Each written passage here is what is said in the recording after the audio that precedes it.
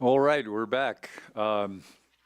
And the town board meeting of Estes Park for January 28th, 2025 is now in session.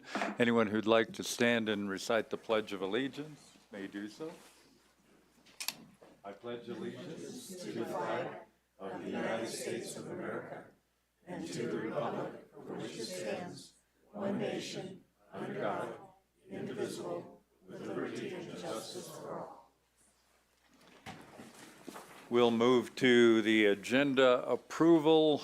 Trustees, are there any changes or additions to the agenda? Seeing none. I'll move to approve the agenda as written. Second. Let's go ahead and vote.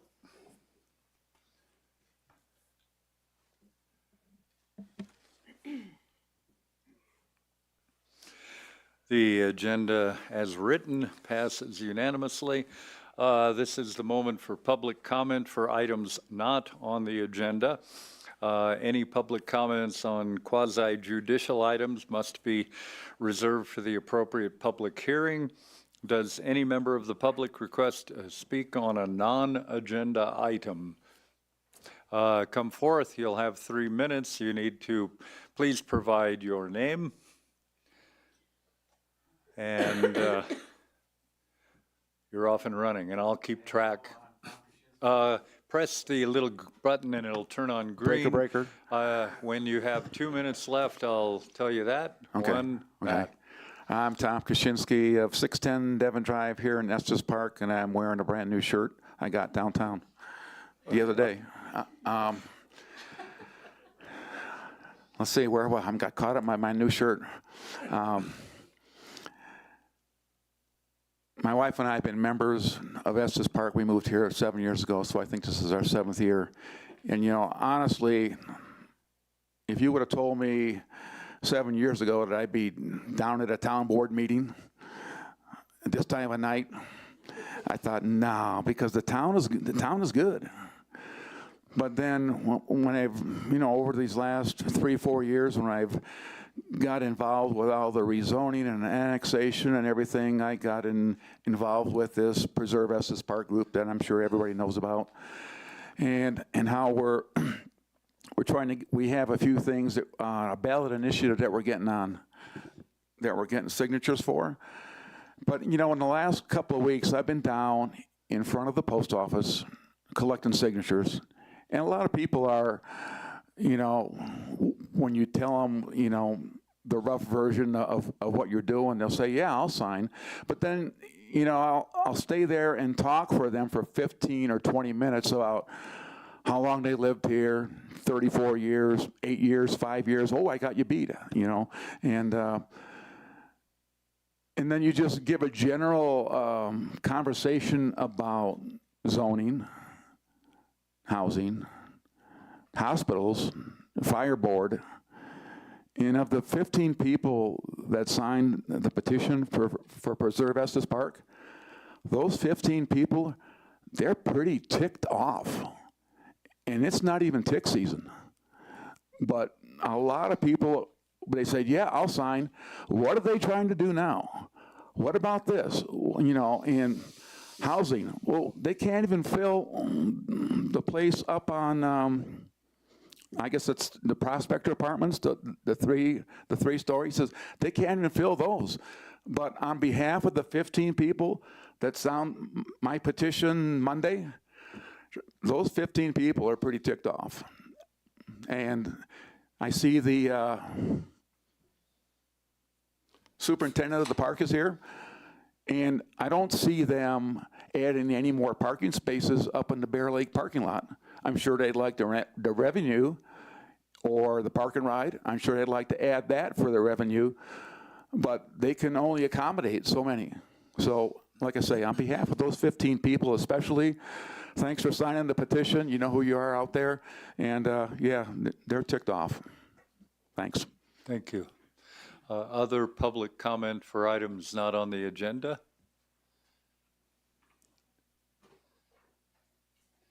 And, oh, okay. Was that a wave? Yeah, is the rezoning of Okay. 860, Yeah, 860 yeah, South State Road. correct, yeah. I just wasn't sure. Yeah, there will be time for public comment on that. All right, we'll move forward to town board comments and liaison reports. Trustee Eigel. Thanks, Mayor, and thanks to the public for showing up. It's important to be involved in this. I have a couple of things to report on. First is Police Department Auxiliary that I'm a liaison for. They did the Blue Santa program over the holidays, and that went very well. They served over 100 people, necessities, extras for the holidays. The auxiliary, who are 100% volunteer, they coordinate the program. They make collections, purchases, fill the bags, and then the police department as a whole, dispatchers, administration, clerical staff, sworn officers, they all get involved in a rush to deliver those over the holidays. So that went well. I read a couple of dozen cards came in from the community to say thanks. It's a small thing behind the scenes that the community benefits from, and the police department auxiliaries behind that. So good to be their liaison. TAB, Transportation Advisory Board meeting for January has been moved to February 5th. Will not be in this room. It will be at the museum from 12 to 2. And they'll be talking about a couple of big plans, the results of those plans. It's worth attending. There's a lot of future development that is discussed at TAB. Couple of things. You have heard me perhaps complain about plowing before, and sometimes we miss the mark. And it's never on our mind until we get up in the morning and it's time to go. And if they didn't wake you up at 4 in the morning with the plow going by, I've been really pleased to see the crews consistently planning and then executing great removal. Most of the town is sleeping. So while snow plowing seems to be kind of a non-issue today, things are going pretty well. I think that the crews that work for the town are very diligent and dedicated to it. It's something that makes a tremendous difference for businesses, for people that are visiting our community, people who live here, most importantly, able to get around. I've heard a little bit of rumbling in the last week about some details that got missed, but the challenge of getting around those cars, being downtown from the crack of dawn until after y'all are in bed, trying to run a business in our community to see the whole span. This morning they were down before the sun came up and they removed all the snow from the middle of the street. So I appreciate the hard work that they do. Since I have encouraged them strongly before to get on it better, I want to also say they do a good job overall, and I appreciate it. If you didn't notice that event at the community, at our event center on Fairgrounds, Ski Jor this weekend, it was this kind of a rambunctious, hip, maybe trendy, cool event, right? That really had I think, a positive impact for the people who attended and potentially for our community. I've heard some pretty big numbers on the number of folks that attended. It's a rider pulls a skier over snow, ice, through an obstacle course. It's the first year that they did it. I want to throw out congratulations to the organizers and the people who were involved for an event to be successful in the first year and have so many local people involved and as excited. Everywhere I've been in the last couple of days, people are talking about it. So I think it has a potential of being really good for Estes Park. There was a fire call. I'm a fireman, so I'll go to the fire station and the firemen come in. We go on the fire truck at the end of the day for one of the Ski Jor events. And to bring home how local this is, one of the firemen came in and he had to kick off his spurs before he put on his turnout gear. So it was pretty funny. And for me, that was our community kind of got to participate in this event. So I like that kind of event, and I appreciate they did a good job with it for the first year. That's my report. Thanks. Trustee Lancaster. Just have one thing. I'm liaison to the Planning Commission with their meeting on Tuesday. And quite the discussion about criteria for rezoning and the need for more specifics. And I think we'll probably have more discussions about that from them. I think they make a good point. They need more direction from us of where to go with that. And I think they're confused on some of that stuff, or just would like some help. But they were a lot of discussion about that. And then again, that idea of affordable, attainable, and workforce housing. Again, that came up of what are the definitions, and that just keeps coming up with others. So the more we do to reinforce those three and what the differences are is good. That is it for me. Mayor Pro Tem Sinek. So I'm liaison for the rooftop rodeo, and a lot of the rooftop rodeo committee did participate in the ski jour this weekend.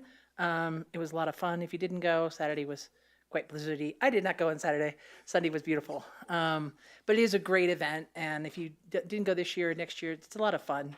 A lot of fun to watch the from all the, and we talked about this earlier. Actually didn't know there was a pro group. I thought be kids or people going in, but there's pro division, which never really seen pro division in TV, excuse Jordan, but I think it's great. I think it was a great event. I'm also a member of CAS, which is the Colorado Association of Ski Towns, which I will be going tomorrow night over to Breckenridge and participating in that meeting. We will be hosting that meeting in August, so all the power to our staff to get that all together. But it's a great community of ski towns, which everybody always asks, and I say this almost every meeting, are we really a ski town? Well, we do have cross-country skiing. We do have skiing up in the park. I guess we wouldn't classify ourselves as a ski town, but we had the same issues. So the mountain communities have the same issues that we have with housing and everything else. So, and that's why this group gets together and talks. And it's just it's a really good group to kind of go through and bounce things off of everybody else. And what are you doing to do this? What are you doing to fix this? And it's really a great group. So I'll be going this weekend. I'll be reporting out afterwards. And other than that, I am. I'll mention a couple things. Again, I'll put most of my activities between board meeting and board meeting in the minutes through the town clerk rather than going through a long litany of stuff, because I do cover a lot of bases between the board meetings. One that I will mention is I was invited to the Larimer Sheriff Awards, annual awards ceremony. I went to that last night. There were a lot of awards. It was a 2.5-hour session. I was amazed at the breadth and depth. I mean, you see it in the papers, you see some of these events, the in harm's way types of things, the opioid bust that might happen, the citizens who go above and beyond and help with the first responders, the fire support, saving a little puppy from a fatal accident where the humans were killed and someone took care of it. All the way, the breadth of humanity involved there. It was very educational to me, edifying, inspirational to listen to all those stories and see all the people who are keeping the whole county safe and trying to make it the safest county in the country, as Sheriff Fayen says. It was a very interesting event. I'm very much looking forward to the Estes Park Police Department awards that will come up in a few weeks. One other thing, I went to a mayor's summit last week that was down in Denver, the Colorado Municipal League. There were about 45 mayors from big towns, small towns. Mike Johnston was there from Denver, but also had the mayor of Rico. You know where Rico is? Okay, well, it's kind of southwest of Telluride on the way toward Durango. So you had the whole breadth of stuff, but there were some common themes. They talked about staying true to our mayoral North Star, if you will, that you have to keep your eyes fixed on that so you navigate through the challenges and differences of opinion, and I take that very much to heart. A lot of people talked about it being a lonely job. I'm not sure I find that to be true. I have a lot of discussions and a lot of interaction all the time. I know what they're referring to, the decision-making process. I find that is probably true with all the trustees, that when they hear all the input, they have to make that decision in the loneliness of their soul and then stand by it. One other comment made by a mayor that resonated with almost everybody there. They said, this is the best, most gratifying, and it pays the least. And it's like, yeah, that's true. I love doing this. Thank you for electing me. I will pass it on to Trustee Youngland. Thank you, Mayor. I'll be quick. Sister cities met. They're redoing their website. We're looking at sending over about 7 students in March to Monteverde, which is our sister city. So they are working hard and communicating with them to develop the agenda and things like that for that. The ROAC, which is the Regional Opioid Abatement Council that I sit on and voting board member on, met last Thursday.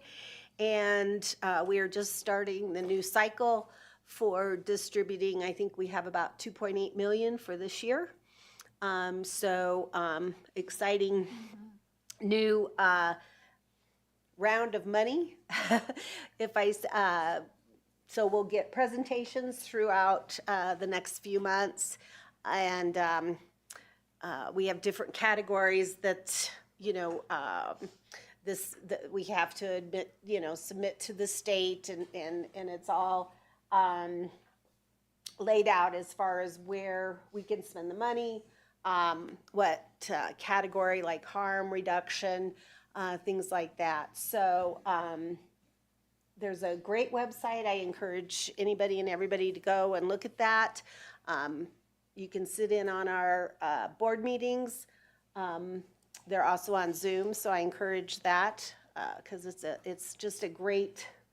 It's hard work, but it's a wonderful organization or board to sit on and know that when we get these reports at 6 months and then again in the year to give us the feedback of how that money, what they did with the money and the data showing the results is just awesome.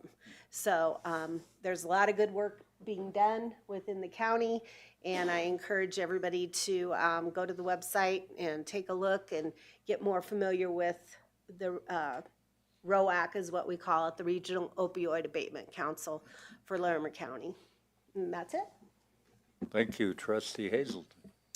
Just a couple of things tonight, Mayor. First, Restorative Justice, their monthly board meeting was supposed to be last Thursday, but we had that town hall closure, so that's been rescheduled for Wednesday, February 19th, so I'll be reporting back after that.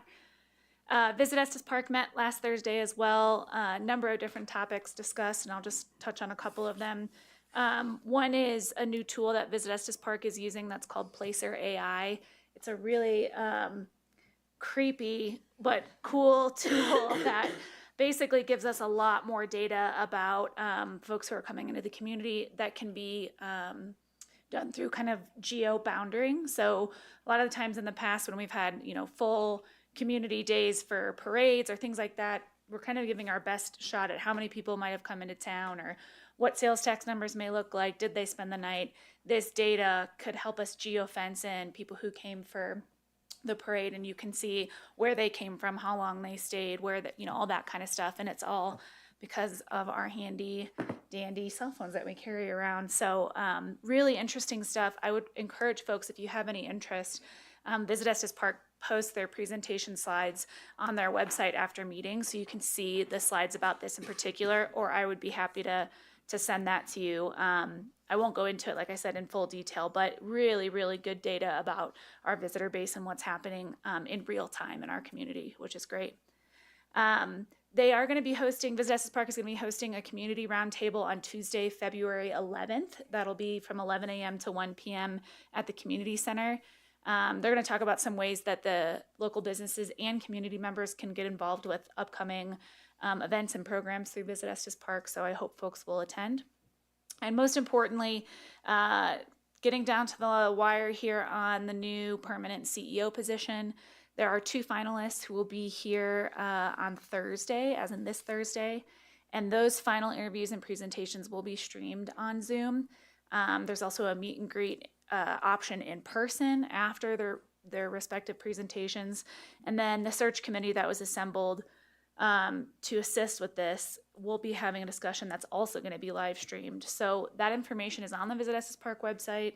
It's in the public email. You can find it from today. And I'd be happy to share that with anyone, but I encourage folks to log on and engage in that way. Just as a side note, the board won't be able to make a decision until after February 10th or sometime around there because of legalities associated with posting finalists for a long enough time, since Visit Estes Park is a taxing district. So don't expect any news in the Friday papers, but we'll hopefully be announcing a permanent CEO sooner rather than later. And finally, I had a request from Cato Kraft, who's the executive director of the Estes Nonprofit Network, to share that they had sent out today. Again, you'll find it in the public email and on the social channels and website, I think, for ENN, which is epnonprofit.org. But they had sent out kind of a statement and some information about the federal funding freeze that was announced earlier. And they're just trying to connect with local NPOs nonprofit organizations in our community who may be dependent on federal funds, and just check in with them and connect and get some information. I don't think there's a lot that anybody, we talked about this in the study session, that anybody really knows about how that's going to shake out. But we probably do have some organizations in town who might be nervous or scrambling. So if you represent one of those organizations or would like to ask any questions, please reach out to Cato. Again, that's the nonprofit network. epnonprofit.org is where you can find their info. That's it for me. Thank you, Trustee Brown. So Trustee Eigel and I were scheduled to have a trustee talk again the day the town hall was closed, so that'll get rescheduled. I'm liaison to a number of organizations, the Board of Adjustment, that essentially looks at possible waivers of development issues, and they had a meeting in January prior to the last town board meeting we talked about, and unfortunately they're canceling the February meeting because they don't have anything on their agenda, so that's probably a good thing. The Housing Authority also had its meeting before the last town board meeting, and I talked about that. There's one thing to mention, however, there is a vacancy in the Housing Authority board, and so we're going to be looking around to appoint somebody else to the Housing Authority board. That process has begun and will be continuing. And I'm also going to liaison to the Economic Development Workforce Council. The prior EDC is now the EDWC. And I haven't talked a lot about them in the past, but they're doing a whole lot of different things. So they have a number of programs that they're operating. They have the base program is kind of their main program that runs for several months. I actually enrolled in it, and I've been going to it, and it's about twice a month, all day, and it's a really good program, and it's a great help for businesses locally. They also have a thing called Sprint, where they'll do a 2-hour event of various sorts and on various topics. I've been to one of those. Those are also quite helpful. They have a hospitality group that has been involved in helping to train people in the hospitality industry. They are also taking on, as part of their operating plan, the idea of doing caseworking. So if a business has a particular problem that they can be of help for, they are there to help. And they have many resources from all of the members of the chamber and beyond. And then finally on this, well, two things. They'll be making a presentation for base funding on March 25th. And there are also collaborative programs they do with the Small Business Development Center. There are two coming up, one on February 12th and one on March 26th, workshops with the Small Business Development Centers. So those are things that if you're interested in, you should check out with the Small Business Development Center. And the only other thing is this Saturday, Jeff Roberts, who's the director of the Colorado Freedom of Information Coalition, will be holding an event here in Town Hall this Saturday from 2 to 4, speaking about the Open Records Act and the Open Meetings Act, and encourage anybody who has any interest in serving either an elected or appointed position with anything in the Estes Valley to attend so that you can learn about what the issues are that you confront if you are going to be on an elected or appointed board. And that is all I have. Thank you. Before I pass it over to Town Administrator Mahalik, I wanted to remind the trustees that I will be recognizing you for comments on the various issues. It really helps the town clerk's office to do that, unlike the study sessions where we can go totally free-flowing. So just a reminder. And with that in mind, I'll pass it over to Town Administrator Mahalik. Thank you, Mayor. I have two things tonight. The first is Policy Governance Monitoring Report 3.3. I report on this policy quarterly. It's a financial planning and budgeting policy. I am pleased to report compliance, full compliance with this policy. I do want to call out, there is a section, and it is 3.3.6, and it talks about the budget contingency plan. And one of the pieces of evidence is the current cash and investment reserves. There was a delay and a gap this year in reporting those. You all received the December report just this past week that shows compliance back through July, but with the turnover in finance, that report did fall off. And so while there was a gap in that policy 670 reporting, it did not generate a non-compliance in the broader policy governance. But I did want to call that out because you all had not received those reports probably since late summer. We're back on track, and you will get those reports annually moving forward. We do usually post those as well to the website for the public to review. Any questions about the policy governance monitoring? The only other item I would like, it's been mentioned a couple of times tonight, I do want to thank our Internal Services Director, Paul Featherston, our Facility Supervisor, Robert Shoemaker, our IT Manager, Nathan Schlichtemeyer, our Project Manager, Derek Pastor, our Grant Specialist, Laura Blevins, our PIO, Kate Miller, and Chief Stewart, as well as our whole dispatch team for working to make it through the electrical disruptions and phone disruptions and IT disruptions in Town Hall last week. I heard all sorts of crazy rumors about what was going on in Town Hall. It was truly just an overloaded electrical system. We realized that our main panel is dramatically undersized to carry a modern load. That panel and those specific elements go back to the 60s. The building's 90 years old. The wiring is good, but we needed to make sure that we had a handle on where the problem was to make sure that the building was safe for occupancy. So that was the reason it was closed on Thursday. We were able to get that issue addressed and make the building safe to re-enter. We had a great contractor on board to do that, and Friday we came back on board. The long-term fix will take until spring, so there's a remote possibility. We're reducing our load in Town Hall, but there is a remote possibility that we will have an electrical outage again.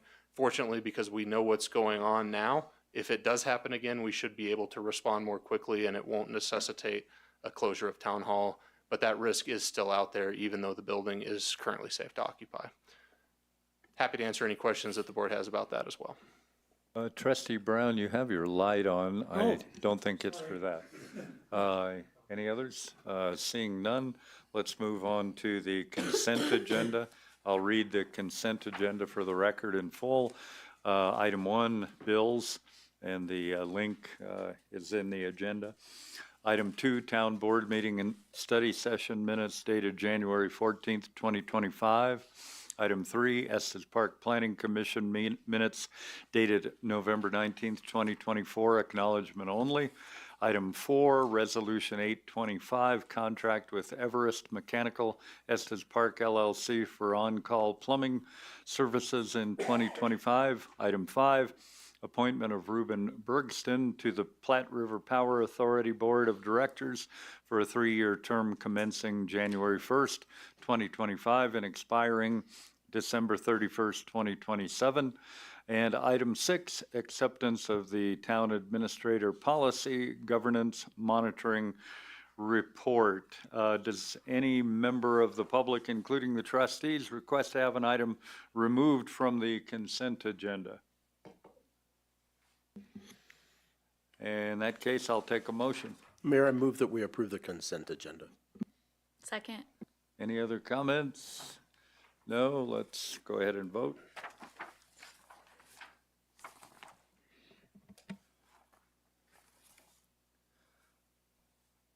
Consent agenda approved unanimously. We'll go to reports and discussion items. Exciting time here. Speaking of federal officials, we have a Rocky Mountain National Park update.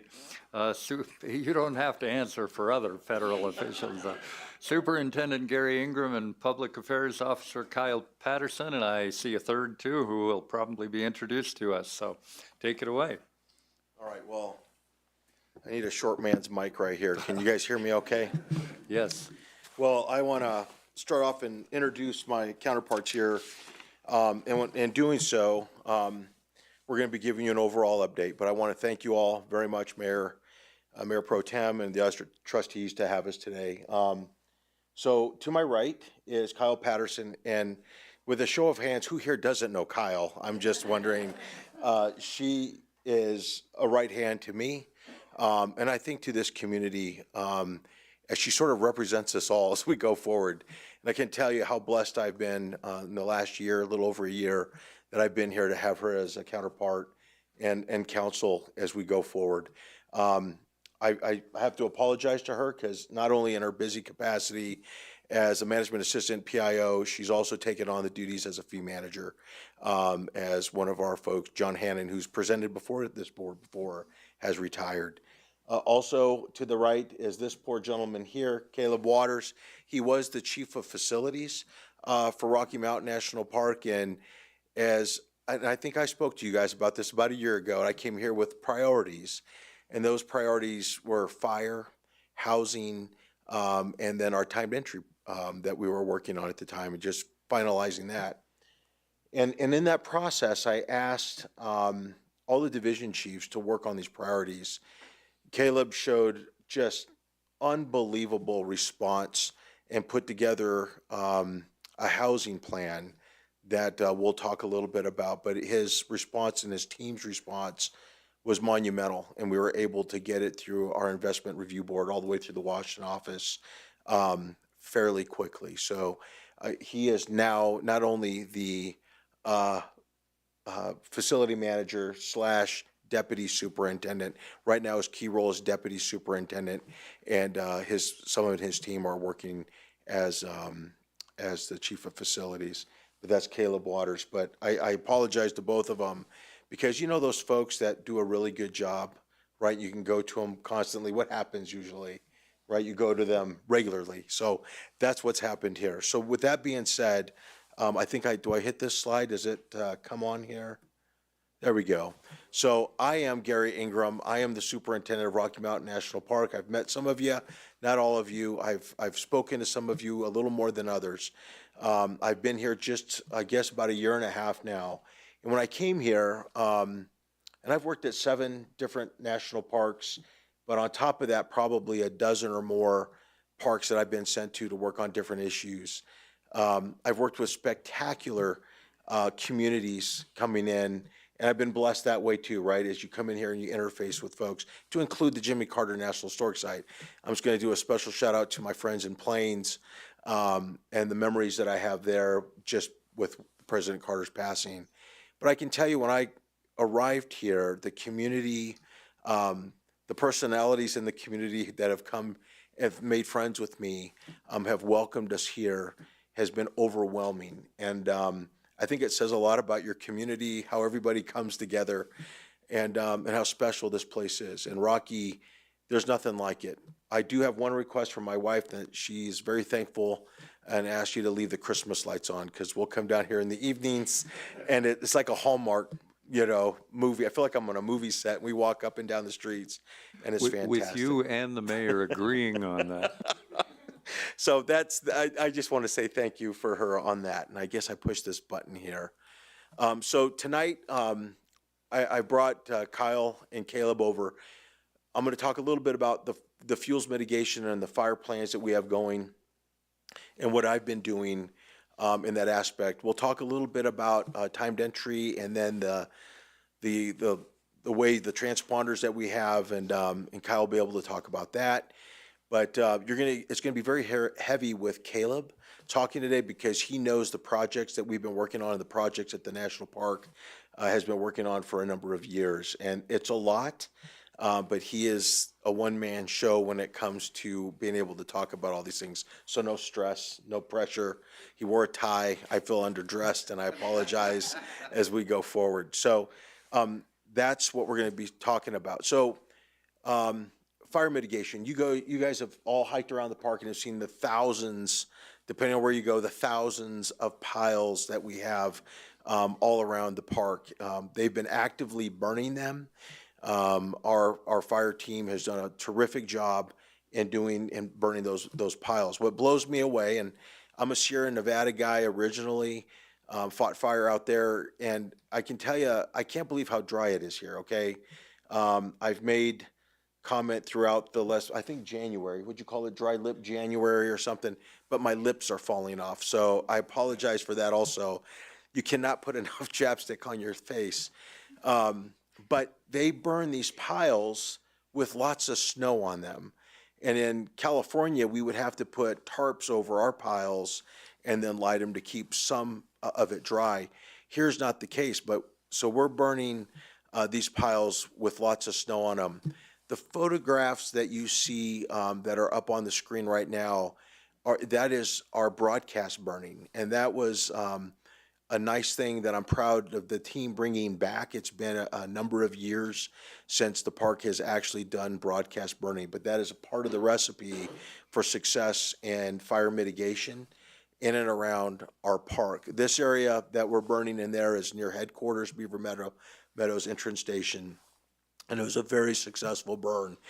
I want to just let the trustees know and the mayor know that we are very cautious when we go out there and burn. The protocols, the fire ecology, the fire weather, everything, there are very specific things that need to be done, including having the superintendent's concern and asking a lot of questions every time we're going to burn something. That includes the piles that we burn. But I'm very, very proud of the work that's been done, and we plan on doing more. In that vein, as we go forward, these are recent photographs here of the burns. I'm working with the state, I'm working with the Forest Service on the NOCO fire shed partnership, and we're working diligently to work on some plans to do things around the park. But I'm also investigating other ways that we can work collectively that will have greater impact to our surrounding communities, because fire knows no boundary. And just because I do work here at Rocky, we need to broaden that out all the way through. So I wanted to let you guys know that I'm actively doing that now.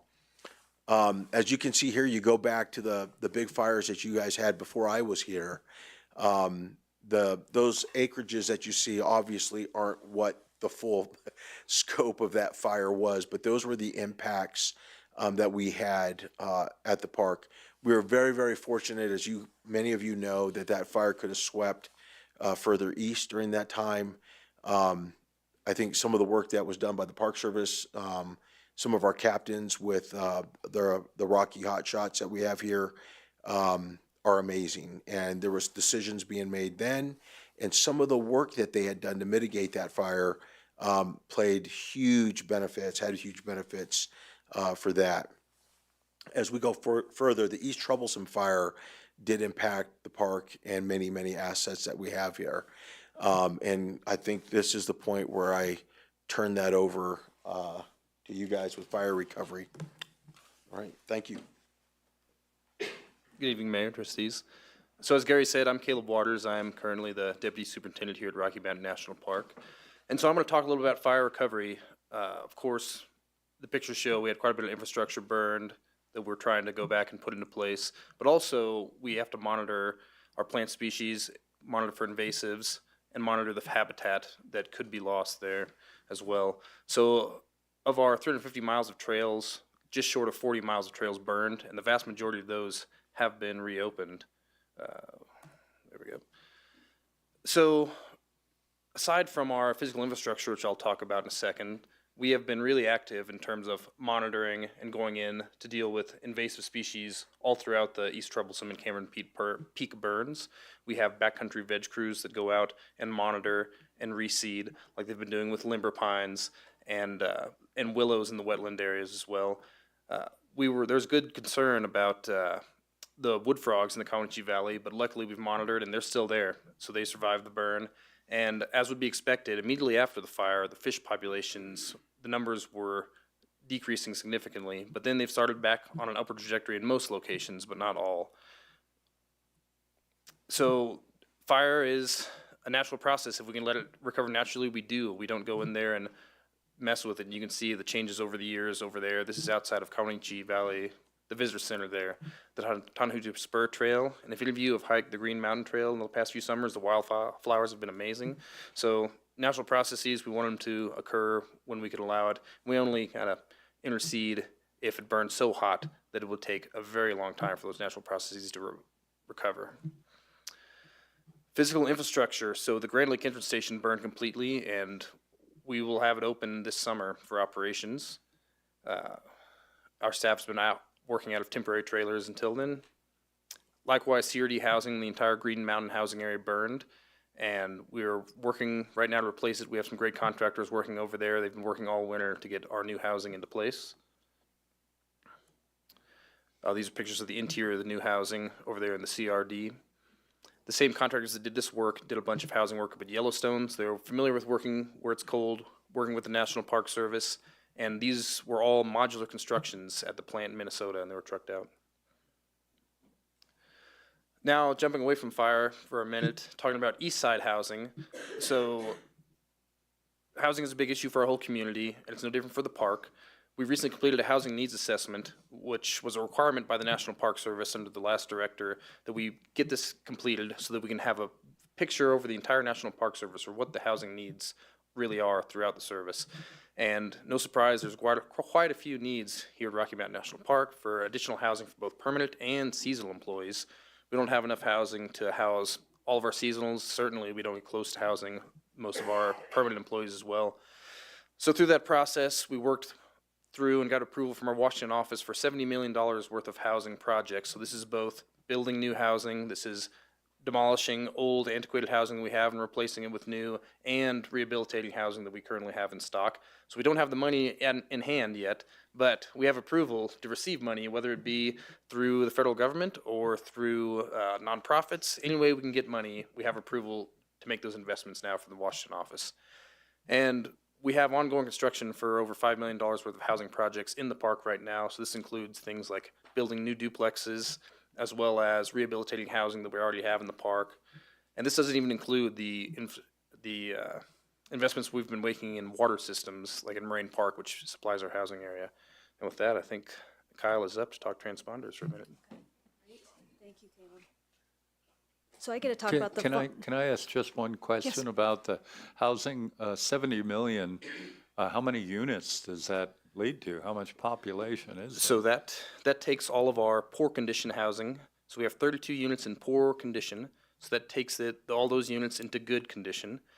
Likewise, it demolishes about 11 old housing units we have. The park over the years has acquired a bunch of properties that had vacation type homes for professors that are very old that can't be used year round. So demolishing 11 of those and adding 11 units in our housing area, as well as administrative type housing area, as well as adding an additional 30 housing units to the park. So that's what, and plus adding another 22 RV sites and enhancing employee laundry and shower facilities. So all of these things are under that umbrella of $70 million. Oh, great. Thanks. Did I answer your question? Did you ask Yes, a specific number? That was good enough. That's a lot of stuff. Kyle, sorry about that. No, that's Go for fine. it. A very important question. It's a lot to sort through. So good evening, everyone. Thanks again so much for welcoming us tonight. I'm going to just talk briefly about transponders. I get the fun stuff to talk about. So I think many of you recall that last year, Rocky started moving forward with a transponder system, which we're really excited about. Rocky is the only national park that actually has a fast pass transponder lane. So that's an exciting thing to be the first out of the gate, and that was a pun intended. But it's also a challenge when it comes to making sure that everything works together. So we have this transponder for those that were sold February through June. If you were one of the lucky ones that got a transponder, I see some raise the roof from trustees and hopefully some others that got the transponders that first batch through June. They work fine and are continuing to work fine. It was the second batch that we received from the company and the software attached to it. So they were so popular, we sold a lot, which was fantastic. The need is there, but unfortunately the second batch, the software was not consistent. So until we are sure that the software is consistent, we do not want to sell more just to have people have headaches on whether they work or not. So we are very close, and now I probably have jinxed it, but we are really close with the software engineers that we've contracted with to have this figured out. The thing that continues to be really exciting, so I just ask that, we ask that people just hang in there, is that the Beaver Meadows entrance gate for the Fast Pass is operational. The Fall River entrance, which Caleb will be talking about again, that Fast Pass transponder lane is now operational. And within the next couple months, we will have one at the Grand Lake entrance as well. So we are right on the cusp, really excited. And when I pass it back over to Caleb, he'll talk with you about, hopefully many of you have seen the Fall River entrance. So please just stay tuned. We'll post it on social media and on our website when we are able to resell the new transponders.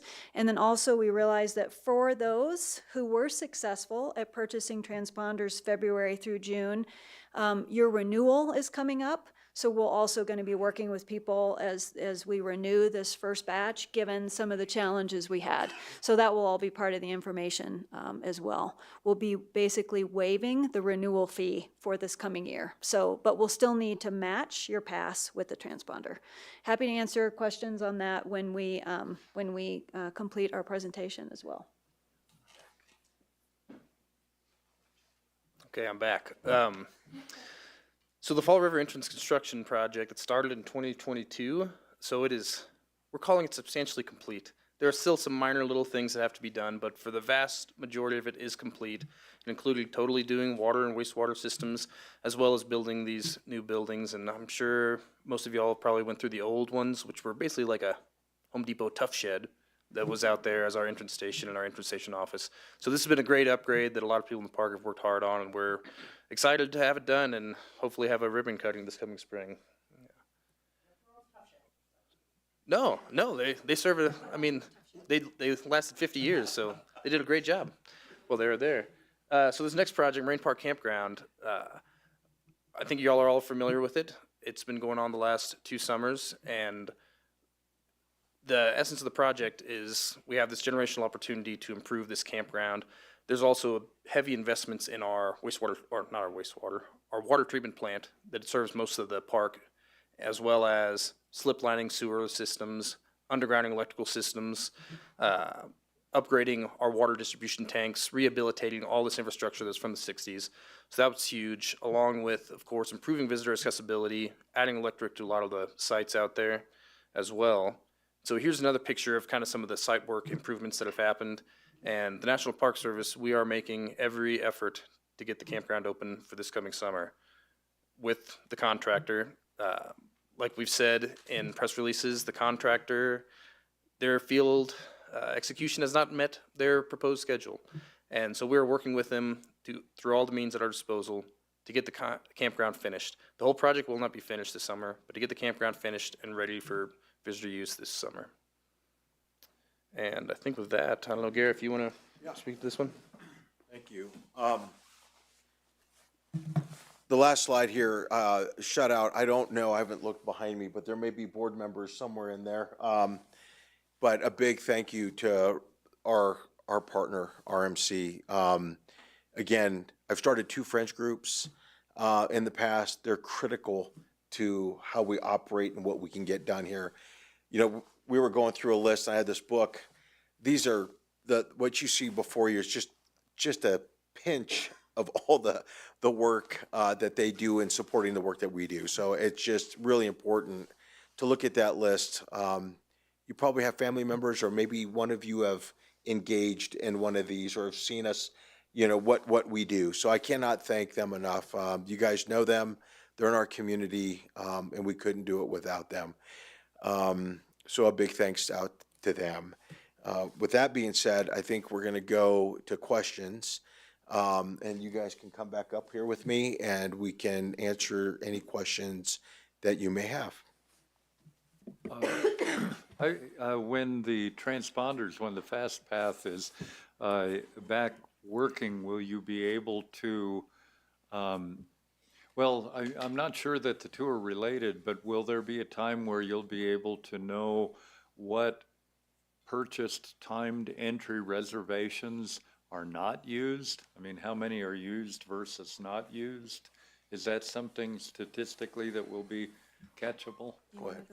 Okay, so the transponder lane will not be operational during timed entry reservation. So what we're really hoping we can achieve when the transponder lane is open prior to 9 and after 2 p.m. is to enable people to move faster through the line leading up to 9 a.m. Or after 2 p.m. So we can continue to spread that use out and the lines out. So those that are repeat visitors or locals that might have a transponder on their car, they can go over into that transponder lane and that can help the flow prior to 9 and after 2. So Does that's that answer pretty your? much foreseeable future. Yes, That's yes. how it'll operate. However, the timed entry permit system is meant to be very adaptable and flexible, and as Trustee Hazelton was mentioning about the AI and about the connectivity, that is potentially part of our future as well. That is there a way that we would be able to program transponders and timed entry if we were to look at that adaptability and the technology in the future? So And that it is terrifying. Okay. Yes, it is, but that is a possibility that maybe that at some point can match. Right now, we're just hoping that the software will work just to get the car yeah. in, but not to say that somewhere down the line, that will be changed and we can use that for that purpose. Well, good, thanks for that. And I was one of the lucky ones, so I do have a February to June transponder. Trustee Hazelton. First of all, thank you for your time tonight. I know you're so busy, and it was my request to have you come and just share an update with us. So I very much appreciate you being here. Thank you. And thanks for your service as well. Public service is not for the weak, and National Park Public Service, I would guess, is really not for the weak. So thank you for that. Two things. One is I just wanted to, I really appreciate the update on fire mitigation efforts. Certainly everyone's minds have been, well, I feel like we're always thinking about that here in our community, but especially with what was happening in LA. And I can't tell you how many times I just resent there was a Coloradan article and a Colorado Sun article with Mike Llewellyn talking about how all of that mitigation work is a huge factor in what saved our community. So thank you for those updates and for continuing to put that information out there. It's really helpful, and I'm so thankful that the NoCo Fireshed kind of conversation is a part of that as well. So thanks for that.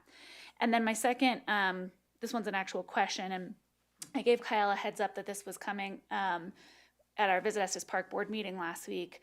And I know you probably don't have a good answer for it, but I'm hopeful that perhaps at some point you can keep the board informed here on what any sort of federal administration changes may do to summer staffing and the guest experience, that people we know are going to receive when they come to our community, and what any of those changes might look like as kind of the chaos settles and we actually see what that looks like. So if you have answers now about what you expect, if there may be any changes to what happens locally for summer staffing or any other sort of issue, great. But if not, which I'm guessing it's the latter, it would be helpful if in the future we could just keep in touch about that, just so we can know from a guest experience, from a resident experience kind of perspective about what changes we may or may not see at the park this summer. That's right. In the So, future. every administration change, we get new executive orders. Of course. That's not uncommon.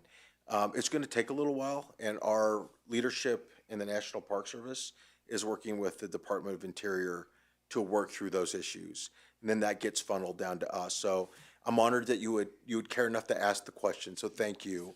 And we are all neighbors here, right? We're community, and I want to work and keep you all informed because it benefits us in the long run and our greater community as a whole.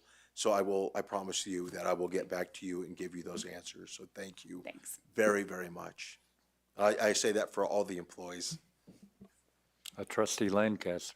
Yeah, thank you. I was going to ask the same thing about particularly about the hiring freeze, so let us know. And if there are things that we can do to help in any way, please let us know. Deeply appreciate As you it. said, we're all neighbors, and I feel for the people or the stress that's going on right now. Thank you very much. I did want to mention, because I think I don't remember when I got my transponder, but I must have been the other side of the thing. But I just want to give a kudo to staff. My transponder worked really well. The way it worked is I went into the lane, I pointed like this, waved to the gate, and they opened it up for me. So it worked. I don't think that's how you planned for it to work. Yeah. But I just want to say how much I appreciate the staff being tolerant of that and helpful, and I never had any problem with that. They never said anything, or they didn't seem frustrated. There wasn't any humping or getting mad. They just smiled and opened the gate for me. So Fantastic. You've got great people, those gates. I know it's a tough job sometimes, They're the but best. Yeah. Thank Kudos you to so them much and for saying pass that. it on. And they strive to be adaptable as well, and know that some might not be working. So I'm glad to hear they were able to help you out. it worked great. Trustee Eigel. I appreciate that you're here. It's nice to have who feels like the other side of our hip. The park and Estes Park seem to go together so well, and people always ask. They think Estes Park is the park sometimes, and having a business downtown, it's very interesting to hear the impression of what people think about the park or what people think about our community. So I appreciate having the heads, really. You all represent such a lot of work and so many people that work hard at the park. So I appreciate that. I have a question about timed entry, and I would be remiss in representing our community if I didn't ask.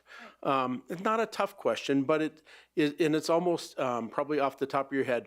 What's the incidence of people that get a reservation that don't use it? Is that a data point? Is that, It is. do you It know what is. that is? I do.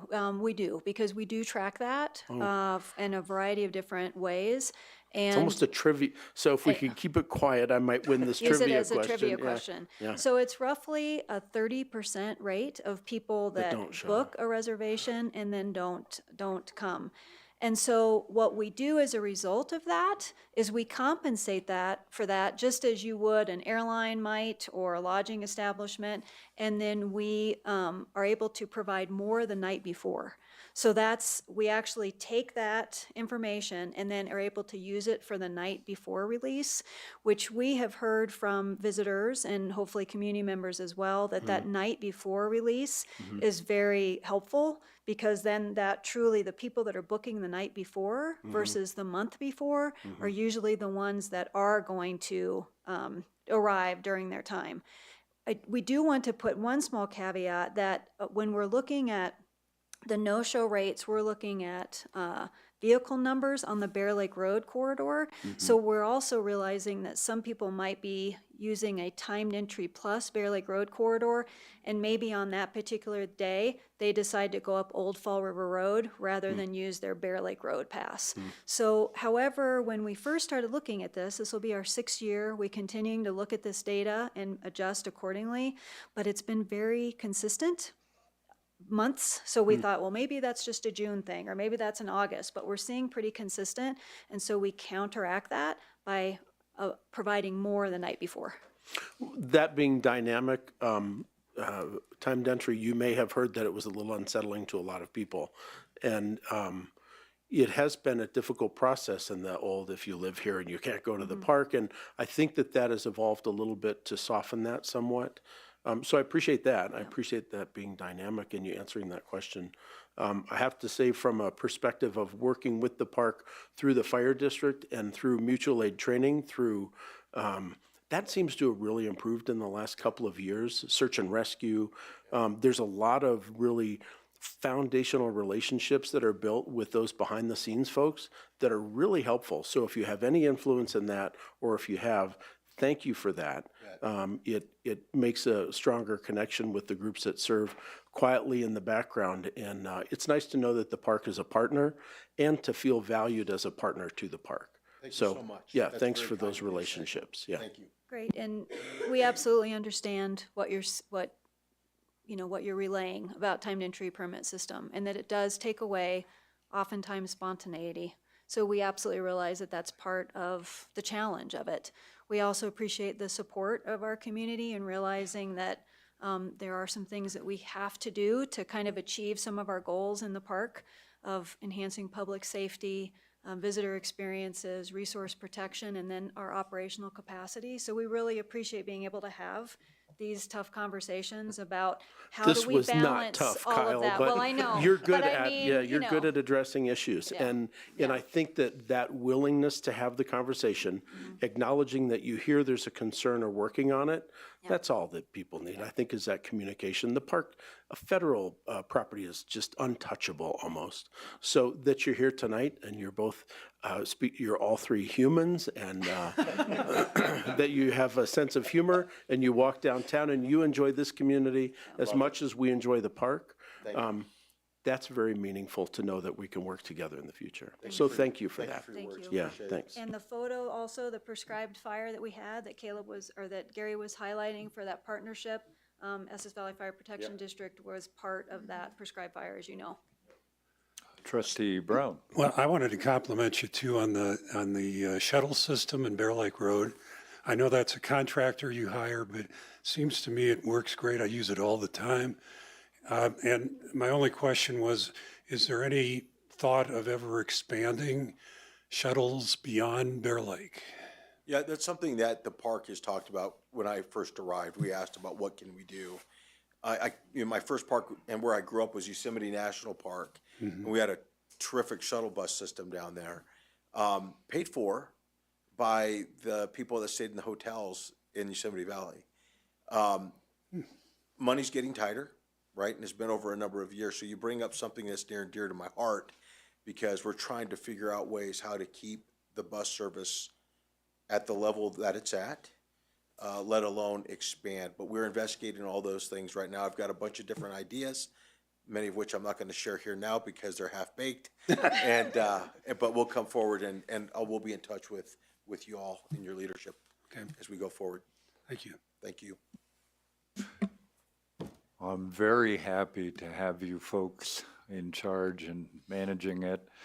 I've been up here for 22 years with my wife. We've been on top of every peak you can see from Estes Park. We've been to many, many of the lakes in between. The older I get, the more I'm like, lakes are okay. We don't have to go to them. But it's a very difficult job. I know with the federal changes and everything, I'm hoping that you can stay robust for us and all of our visitors. And thank you so much for being here and for all you do. Thank you so much, Mayor. Thank you very much, everybody. Have a good night. All right. We're going to,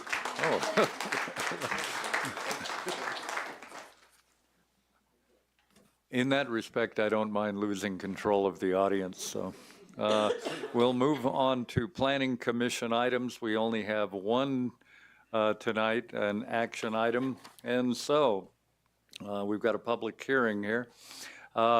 Next order of business will be the public hearing on Planning Commission action item 1A, Ordinance 125, zoning map amendment for 860 South St. Vrain Avenue, Charles Santagati, owner applicant. At this hearing, the Board of Trustees shall consider the information presented during the public hearing from the town staff, from the applicant, public comment, and written comments received on the application. I have to ask, has any trustee had any ex parte communications concerning this application which are not part of the board packet? Seeing none, any member of the board may ask questions at any stage of the public hearing which may be responded to at that time. This public hearing is open, and Director Caressia, you may give us the staff report.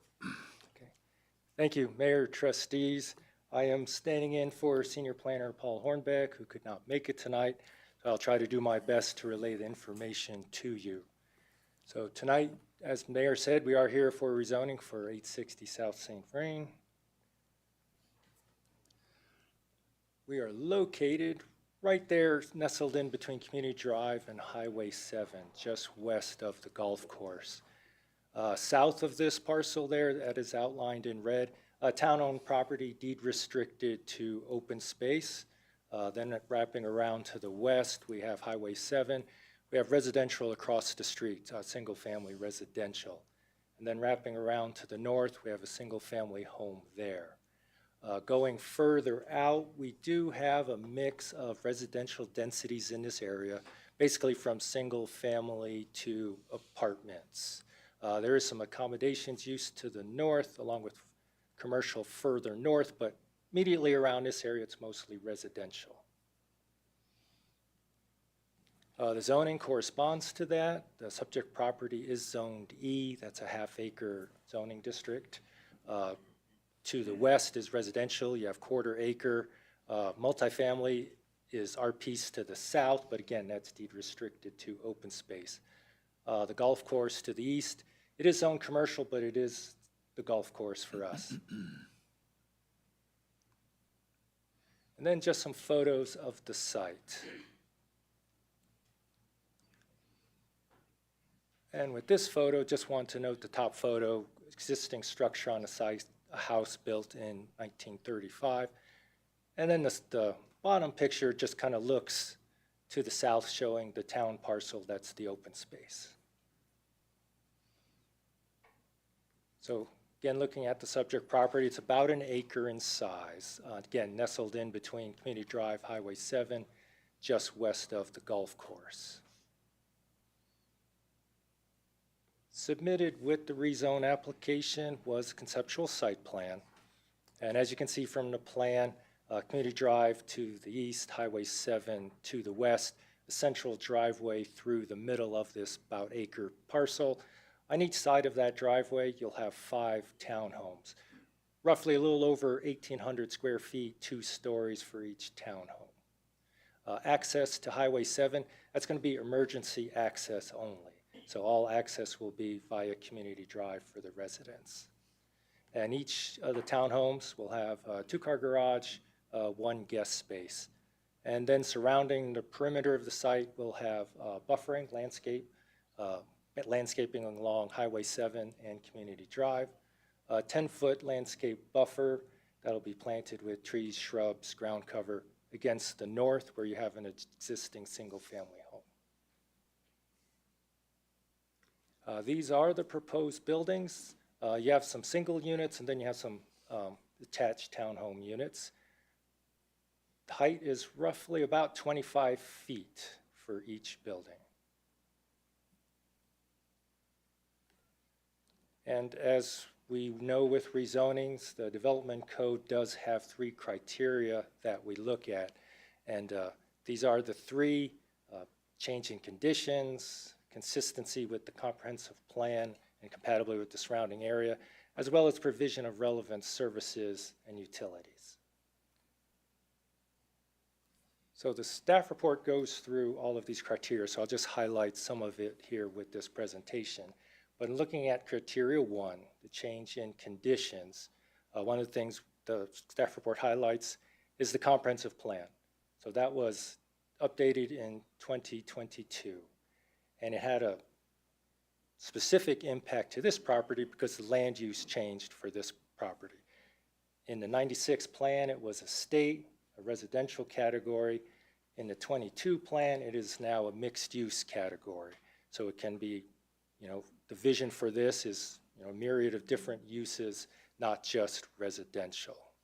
And again, with this mixed use centers and corridors, the comp plan talks about increased business density, adding residential units where appropriate, and expanded multimodal connectivity. So it is a more intense and dense type of land use compared to a single use that was the 96 plan with the state. And here's looking at the 96 plan. On the right side is showing the subject property. It has that estate designation. The golf course to the east is open space. To the south, you have some multifamily. To the west, you have varying densities of single-family residential. And then we switch to the 22 plan, where we can see that this property is now the mixed-use centers and corridors. It takes our parcel to the south, travels north along 7 with that mixed-use center. So with the 22 plan, that was the vision that was decided upon for this area, more of a mixed-use type of area versus a single use, which would be residential. And as you can see from the 22 plan, it still recognizes that residential is on either side of 7. So as you go further west, you have that suburban estate type of land uses. Further south, you have the multifamily recognized. Another part of the review criteria with the changes looks at past and recent development. So in this area, a lot of development occurred in the 80s and 90s, 2000, though there was a significant development in 24 with the Prospector Apartments.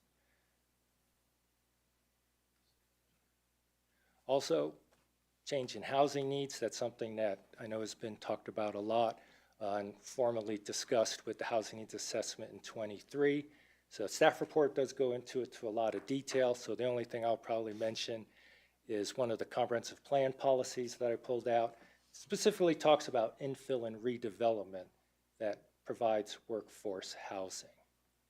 Staff report also talks about a lack of multifamily zoning within town.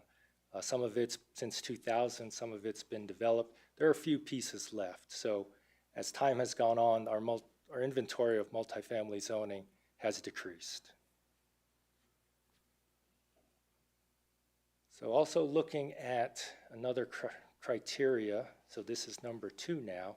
Now we're looking at the comprehensive plan itself and looking at compatibility with the surrounding area. So looking at the comprehensive plan, I think Mr. Hornbeck's report kind of really delved into a thorough analysis of the different guiding principles, goals, policies. So I was just going to highlight a few themes here that, we're looking at, balanced and managed growth, sensitivity to environmental, wildlife, and landscape elements, a focus on infill development, which this piece would be, and the compatibility between development, that adjacent uses should be in harmony, maybe not the same, but they should be in harmony. And then also looking at policies that call for increased and diversified housing opportunities within town. And again, just looking at the future land use map, the vision for this area, it is mixed use corridor here. And so the other part of that review criteria is compatibility with, your neighbors' surrounding uses and compatibility with our, policies in the comprehensive plan. So just a few things to note. This 1 acre piece, it's outside of all mapped hazard areas, so no flood, fire, or geologic hazards noted for this property. We have no issues with wetlands, riparian areas, steep slopes, or critical habitat with this piece. Though I should note the 96 comprehensive plan does have this piece within a migration route for elk. So staff did look at that. A couple things that we worked with the applicant on is fencing, making sure we have native landscaping. Also looked at, it had a significant factor, town open space piece to the south. So when looking at these different aspects, how could migration be maintained? Development code does address this issue, and the applicant did add that to their conceptual plan.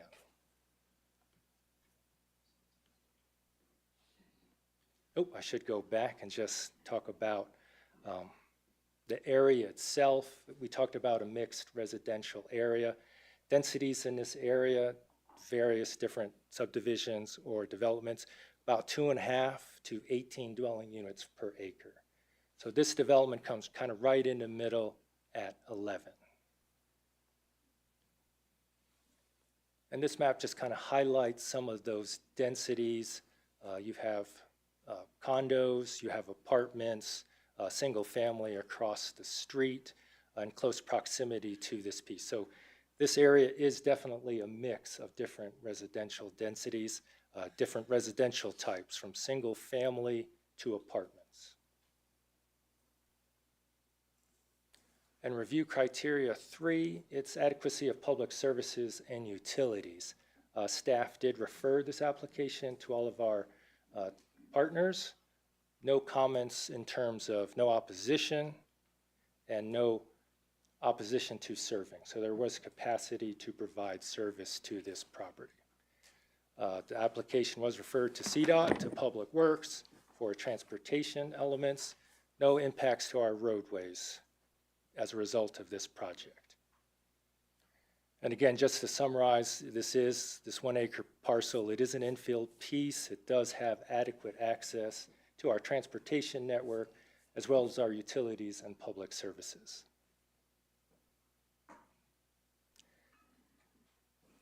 As a public process, this application was set out for public notice. Just to summarize, some of the public comments in opposition to this include increased traffic, wildlife impact, aesthetics, and a lack of fitting in with the character of Estes Park, as well as a lack of public services. The applicant did try to address some of these measures. Again, we're looking at buildings 2 stories in height, trying to come in under the height limitation, proposing 10 units, 6 of which will be designated as workforce housing, addressing safety concerns by limiting access to Community Drive. Again, that access way to Highway 7, just emergency access only. All resident access will be through Community Drive. And that helped with one of the concerns neighbors had was maybe this would be a cut-through route. That will solve that problem. They'll provide guest parking to ensure that as each resident has a 2-car garage, there'll also be guest parking. Again, try to keep any impact outside the property to a minimum. They did a shadow study, again, trying to make sure what kind of impact they would have. There'd be no shadows cast from any of these buildings onto the adjoining house. The shadows will cross property lines, but the house itself will have no shadow from this building. Again, they're providing landscape buffers around the perimeter, and they'll make sure to not fence the site to allow free movement of elk through the site. Public notice and meetings. All notice was conducted in conformance with the development code. The application and information was put on the website. Neighborhood meeting was held in April last year, as well as the Planning Commission in November of last year. Action recommended tonight. Staff is recommending Town Board adopt the ordinance 0125, approving the zoning map amendment. I should note, as part of that ordinance, all those mitigation measures that the applicant is proposing was made a condition of approval. So all of those would carry forth to any future development. The developer would be required to include all of those mitigation measures. Planning Commission meeting, it did come to you as a split vote. It was a 2-2 vote, so it'll be a neutral recommendation from the Planning Commission. And Mr. Mayor, there are several sample motions provided for trustees to review. With that, that concludes my presentation. Available for any questions. First, I want to ask Town Administrator and Town Attorney, are there any other conditions for approval not in the staff report? None? No, Mayor, not that I'm aware of.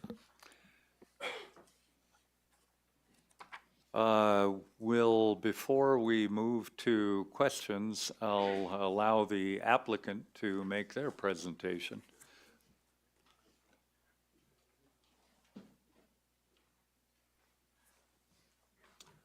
Good evening, Mayor, trustees.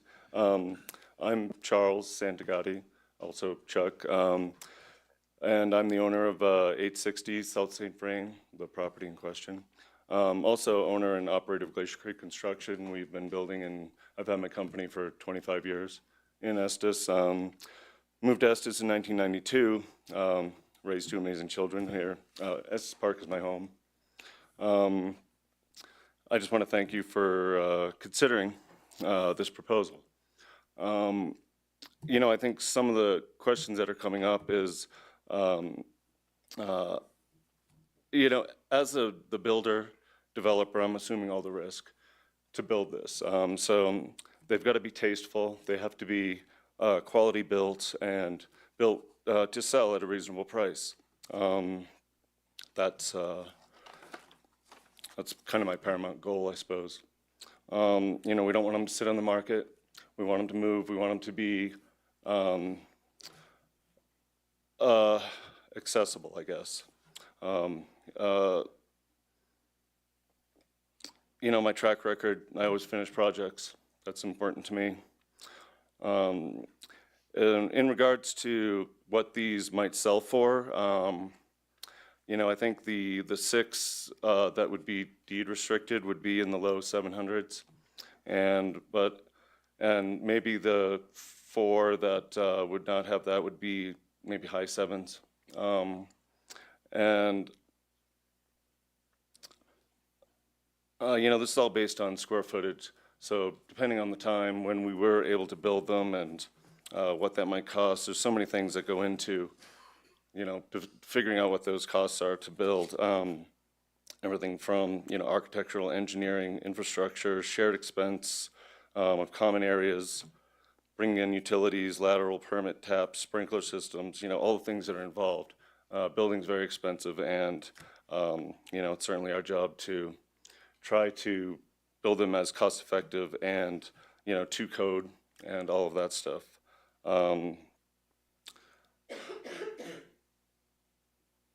You know, I'd just like to add that you know, I've been in this town for a lot of years. I've had as many as 17 long-term rentals, and we very rarely experienced any vacancy rates or anything like that. I've experienced the firsthand need for local housing in our workforce. I feel like this development, you know, it is beneficial. It checks a lot of the boxes, such as close to schools, hospitals, downtown, accessible to multimodal transportation, and you know, I feel like there is.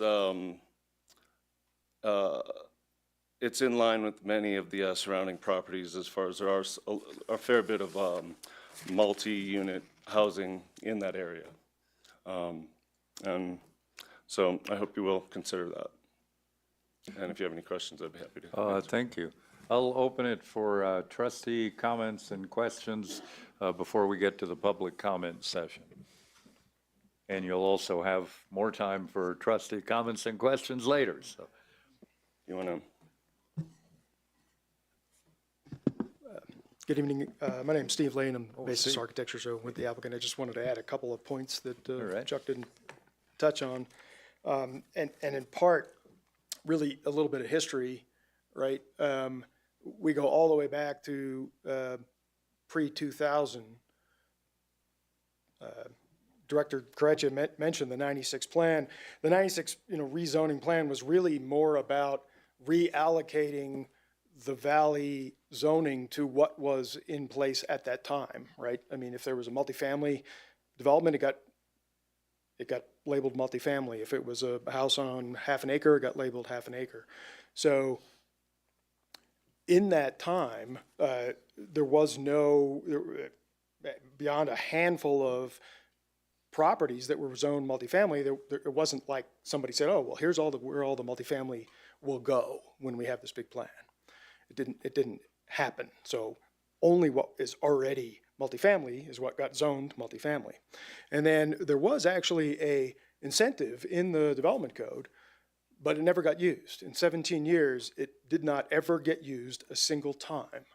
And so that's part of the reason why in 2017, you know, this workforce housing thing came to be. It didn't just fall out of the sky or get snuck in without anybody looking, it was a 2-year process of planning commission meetings and town board meetings, public hearings, talking about how to address the fact that we do have, in fact, have a housing issue. And in that sort of housing problem that we have, it's not just, affordable housing, capital A, right? 60% AMI. These are some projects that maybe the housing authority can do because it's got access to state monies. But if you want to incentivize a private developer to come in and say, hey, let's build something else, let's build this middle tier, something else needed to happen. And so that's where that 2017 code change came from. And it was very specifically intended to be sort of a middle tier, if you will, provision. And in fact, if you read through the actual code language, it specifically states that it's for attainable housing. It actually notes that there are income levels limitations. It's meant for up to 150% AMI. That's what this provision is for. So the workforce housing, not only do you have to live in town and work in town for your 30 to 35 hours, but there is a max income. Now, right now, that max income at 150% AMI in Larimer County is a household income of $165,000. So we're not talking about the low income worker, but we are talking about a couple of people that, maybe a couple of with a family that have 2 decent jobs in town that work in the hospital, in the town, or, the Y or wherever, school district. So there are provisions set up in this code for this exact process. And what we end up with is no other way to do this. There is no spot to go. Let's just go buy that lot over there and develop it, because it doesn't exist. So this is the unfortunate part of where we're at right now that makes it tough, is that in order to do this, in order to basically follow that incentive, we have to go find a piece of property that makes sense and attempt to rezone it. That's the process that we have in town right now. And so we take, we start looking at where does it make the most sense?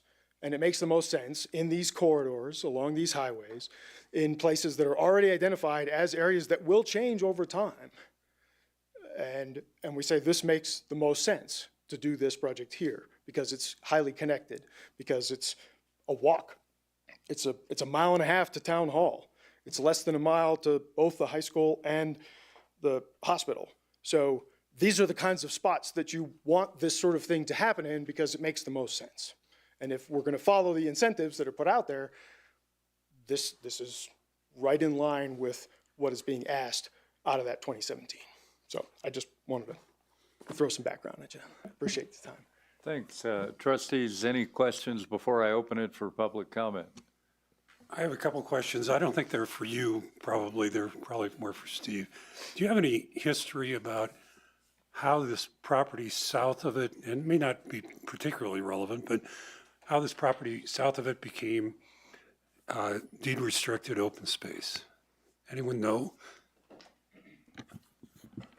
I have looked into this. We did years ago a list of town-owned property and what might be suitable for disposal. Based on that research and based on the deed restriction itself, it appears as though the owners of that property deed restricted it prior to transferring it to the town, and it's a fairly restrictive deed. I think it allows picnic shelters to be built, but nothing like a playground. So it's intended to be open space with maybe a picnic space, and the town accepted the property after the deed restriction had been placed on it. So we, as a town, we would not be able to really do anything else with it at this point. Correct. That is not a site that we could build anything on except a picnic shelter, and I'll be honest, I don't think that's the highest and best use of town dollars. No. And the other question is, how does the bike path, does the bike path go adjacent to this? How's that going to be affected by the development? Is it on the property or maybe it's on right away? Yeah.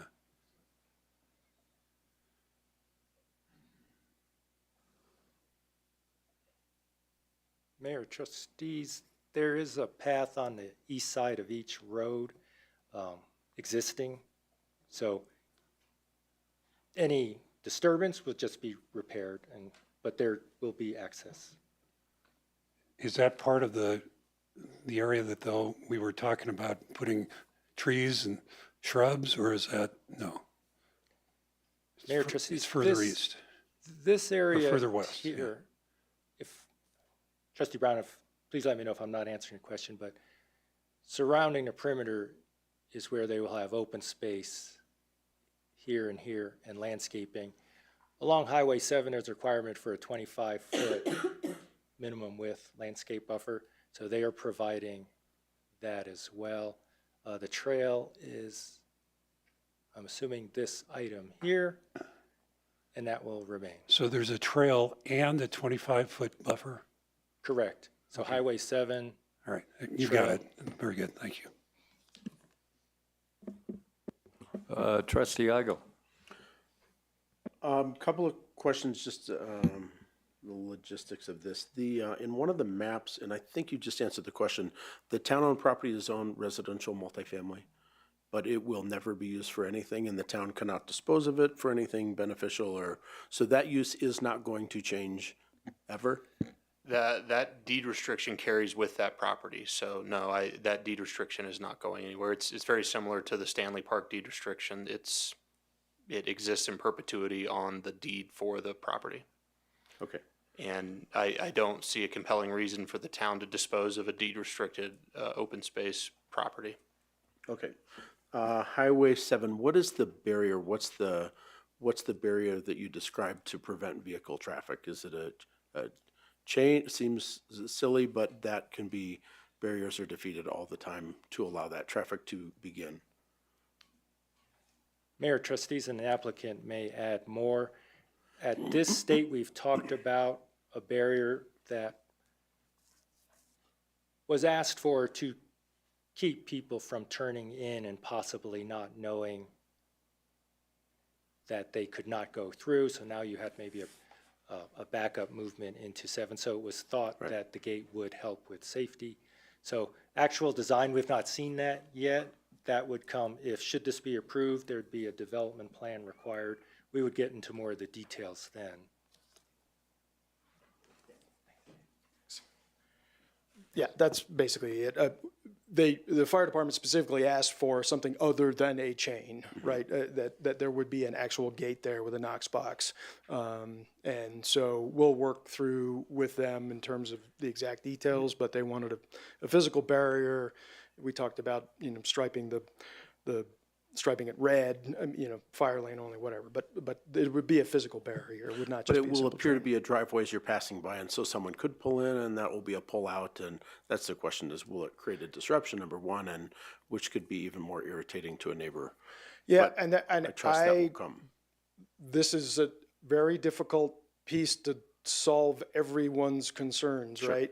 And so the fire department requires us to have the 2 access points. We could, so that's a minimum.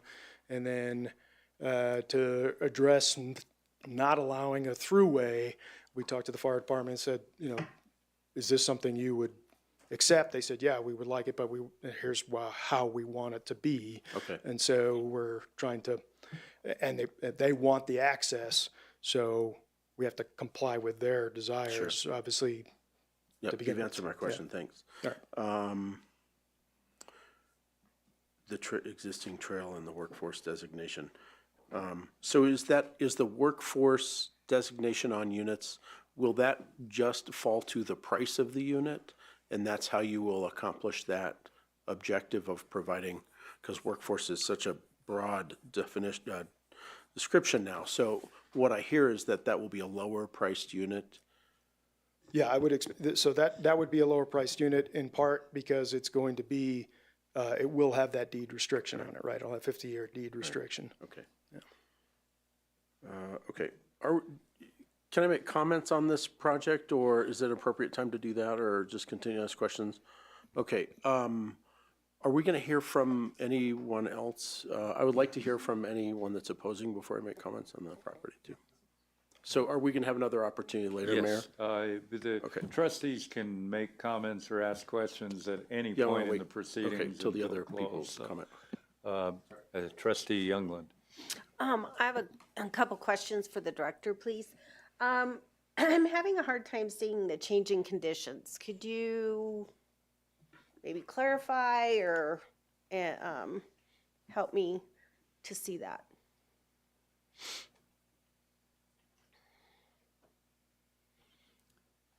Mayor, trustees,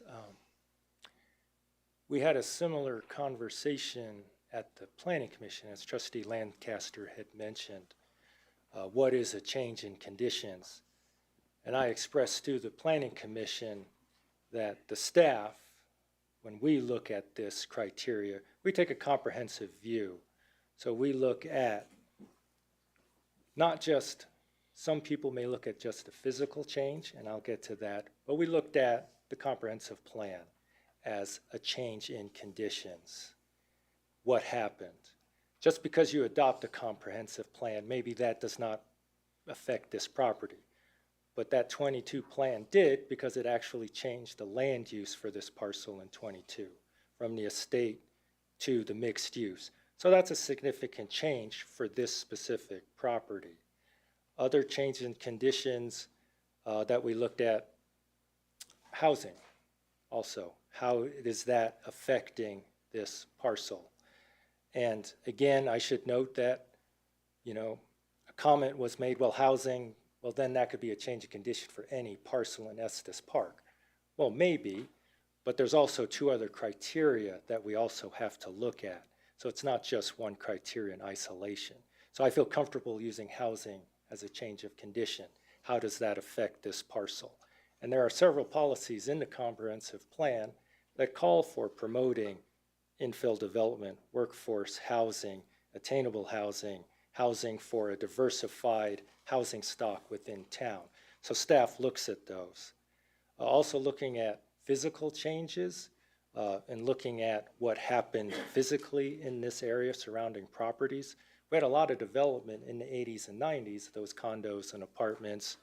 We still have some single family development going on. And you had a significant change of conditions with the Prospector Apartments opening.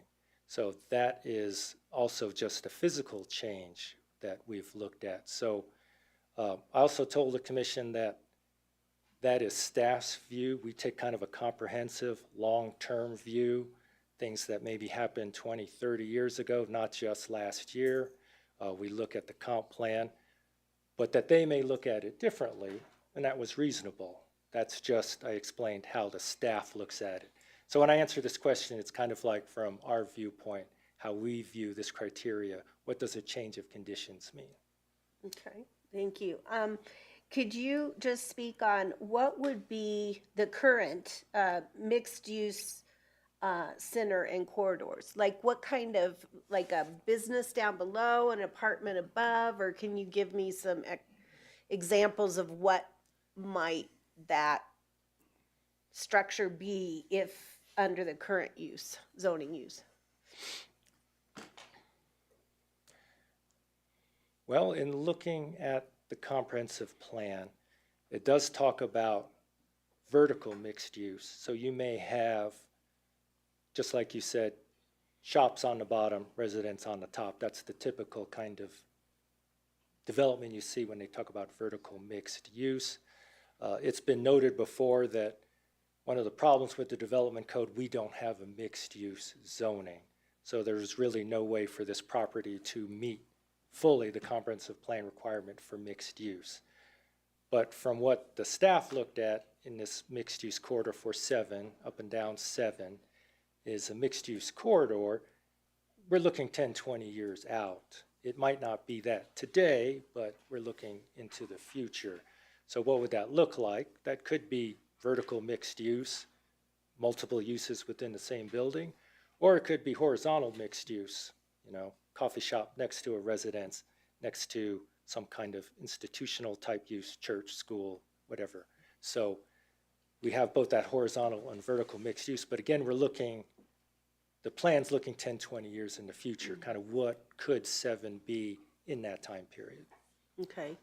And then I have here on page 50, page 59, so it'd be R59, the documents, page 15, it states about, oh wait, so that, sorry, that was the, it talks about having a pond, a retention pond, and I did not see it in the drawing. It's not on that page. So infiltration pond is shown but not noted in the southeast corner. Where would that be then? The drawing, I don't see it in that drawing. Because I know in reading, they moved everything to the south to give more buffer to the residential house to the north, or yes, right.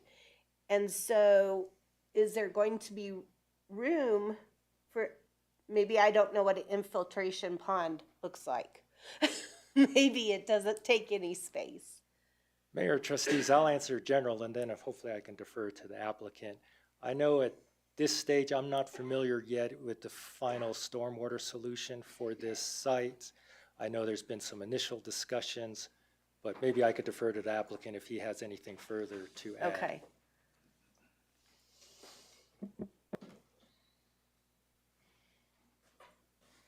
Yeah, Director Crutch is right. So these details haven't been worked out. We haven't hired an engineer to do a drainage plan, stormwater control plan, but we have had initial conversations with Public Works. And so in essence, that detail would get worked out in a development plan, but we're right now not anticipating a giant detention pond, right? That the infiltration water quality control can happen in a relatively small space. And so that can basically be accommodated in the buffer areas that we have already planned. So we've vetted that out with our engineer that would come, and we've had the early conversations with Public Works. So you don't envision not having the space needed and having to push this whole project back up south? No. Closer to the house where the No. original. Right. No, we do not. And I think, again, because this rezoning would be tied to this plan, even the concept plan, if the concept plan says we've pushed it south, we can't then turn around and push it north, right? We're tied to, and these are also the biggest footprints that we would use, the final analysis of what size units they might be a little bit smaller when we're all said and done. But we wanted to show kind of the max impact.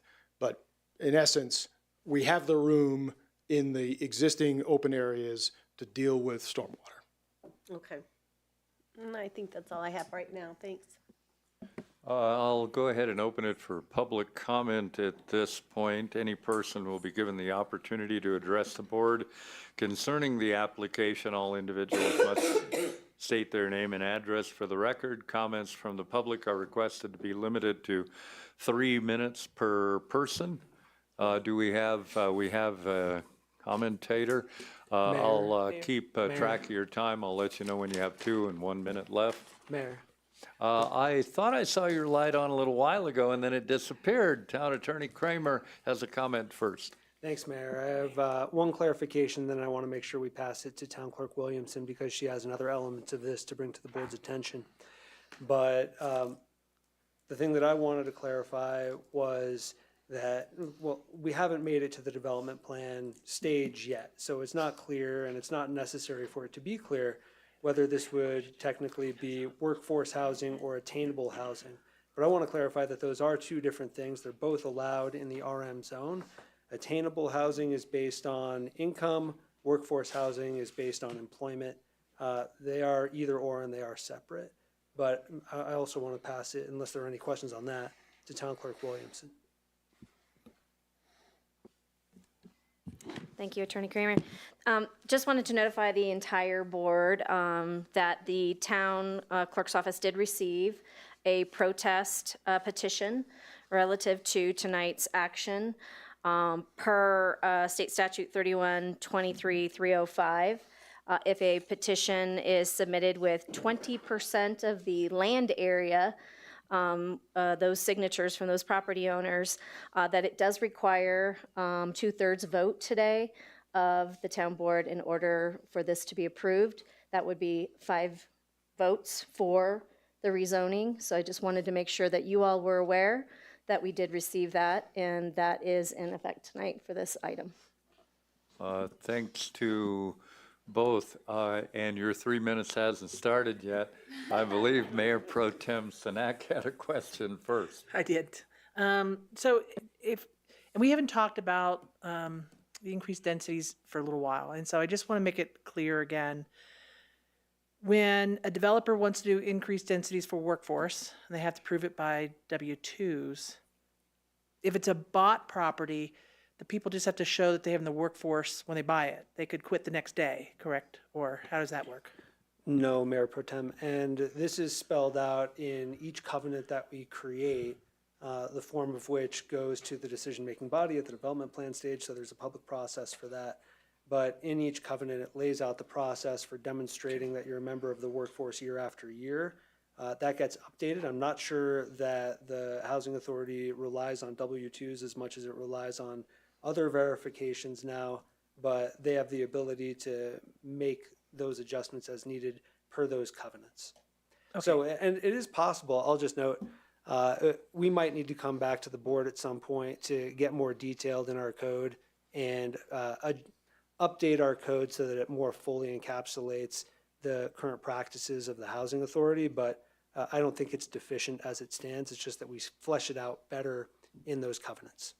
Okay, and the next question, pertaining to that, do we have any county, and we may not have this number right now, so that's okay, but of the developments that we've had previously that are from developers with the workforce density increase, do we have the numbers of how many those units are, the ones that are for sale, not the ones that are rental, that are still available, they're still on the market, or do we have those numbers? I would defer that to Executive Director Moulton of the Housing Authority. I think he'd be the one who would know if I don't know if he's here. He is in the house. Sorry again. We will get to you. To the best of my knowledge at this moment, any dwelling unit that currently has a workforce restriction that is for sale, there's only one on the open market that is under contract. All others are occupied, to the best of my knowledge. Okay, public comment. Take 2. There you go. Thank you, Mayor Hall, and thank you, Town Trustees. I appreciate you being here tonight to hear our comment and concerns. My name is Dr. Hannah Fields, and my husband and I own the property directly north at 850 South St. Vrain Avenue. This rezoning request and proposal do not meet approval criteria and therefore must be denied. An application must meet all 3 criteria, but this request does not meet 2 out of 3. The code is the law. The criteria are not merely factors, as some other factors, like ideas or aspirations in the comprehensive plan may be factors. This must be denied. Criteria number 1 states that the amendment is necessary to address changes in condition in the area affected. These are the words of the law. There are no changes in this area, and a perceived generalized need for housing does not justify this change in this area as per the law. Criteria number 2 focuses on compatibility and consistency. This area consists of single-family homes, large open spaces, and regardless of what other types of development might be within a certain span, there are no large walls of condos that stretch from edge to edge and wall to wall. of the lot that they occupy. And this small lot would be entirely paved and roofed with 10-foot buffers with few shrubs and trees. These 10 requested units would encompass about 18,000 square foot of indoor space with 20 indoor garage spaces, 10 outdoor garage spaces, and a narrow private road. This is not compatible and makes absolutely no attempt to transition or be compatible with the surrounding area, including any multifamily housing units, which are designed quite differently. This proposal violates every plan provision to ensure compatibility. There is no appropriate transition between varying density and scales of development, Goal BE3 and Policy BE2. The proposal does nothing to reduce automobile dependency or in any way positively contribute to the surrounding area, Policy BE 5.3. It does not facilitate pedestrian or bicycle access, as this development plan in front of me offers not even a single path or sidewalk that is not used by 20 to 30 motor vehicles, so that the residents could even access their dwellings by anything other than an automobile. It is not designed for affordability. And the use of the term workforce housing is extremely misleading here, as even highly paid workers in Estes Park could not afford these units. It offers no walkability, proximity to employers' goods or services, as there are no changes in condition that bring these things to this area, and which workforce housing should have this access. No young families could afford these, nor could they have any space for their children to play or walk to school. Community Drive contains a path that is across a narrow 2-lane road with a blind rise, a corner, and the path is down a steep embankment, and there are no proposals for even a sidewalk on the side of this development that would interface with our recreation district, schools, and our active transport system. Any rezoning, including one that is claiming to be workforce housing, must first follow the law and the 3 criteria, regardless of other factors or aspirations. And this proposal does not, and therefore, by our code, which is our law, it must be denied. I thank you for your time and attention and consideration. Thank you. Is there other public comment?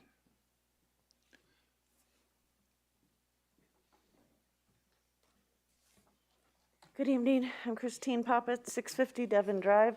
I'm speaking in opposition to the rezoning request of 860 South St. Vrain. Hopefully you've read the abundance of public comment. I'm holding up hundreds of signatures that have been collected in opposition to this rezoning request. I'd like to refer to the Planning Commission from Tuesday, which I attended and spoke during. This meeting was very important and has been brought up this evening. In particular, Vice Chair Arterburn asked many great questions. In full transparency, I'm quoting verbatim as I again attended in person. I also rewatched over and over the recording.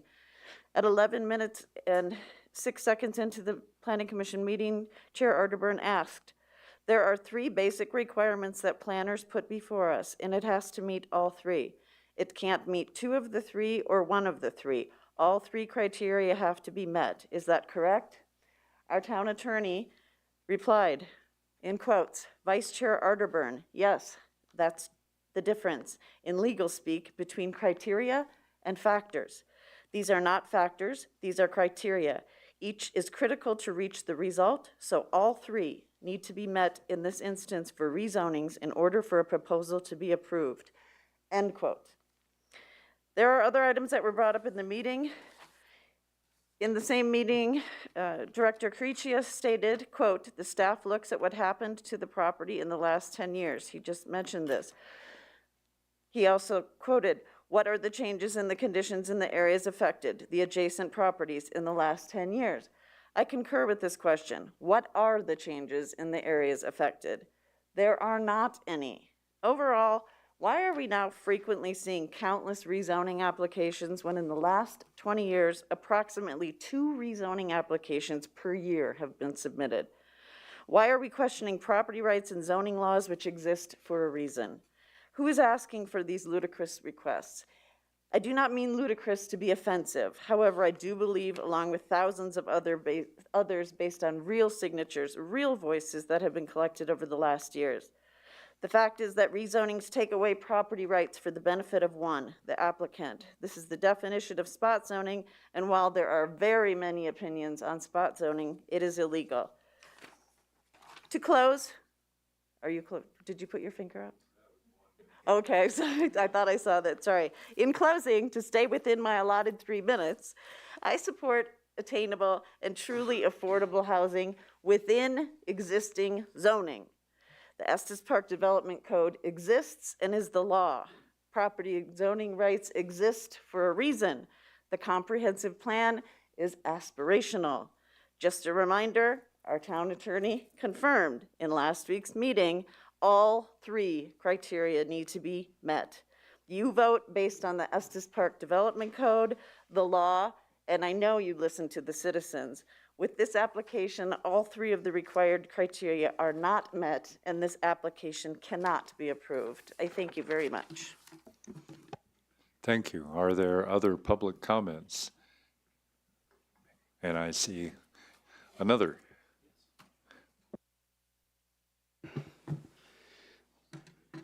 My name is Jed 80. I live at 607 Longs Drive. And I'm strongly opposed to the proposed rezoning of the property at 860 South St. Vrain.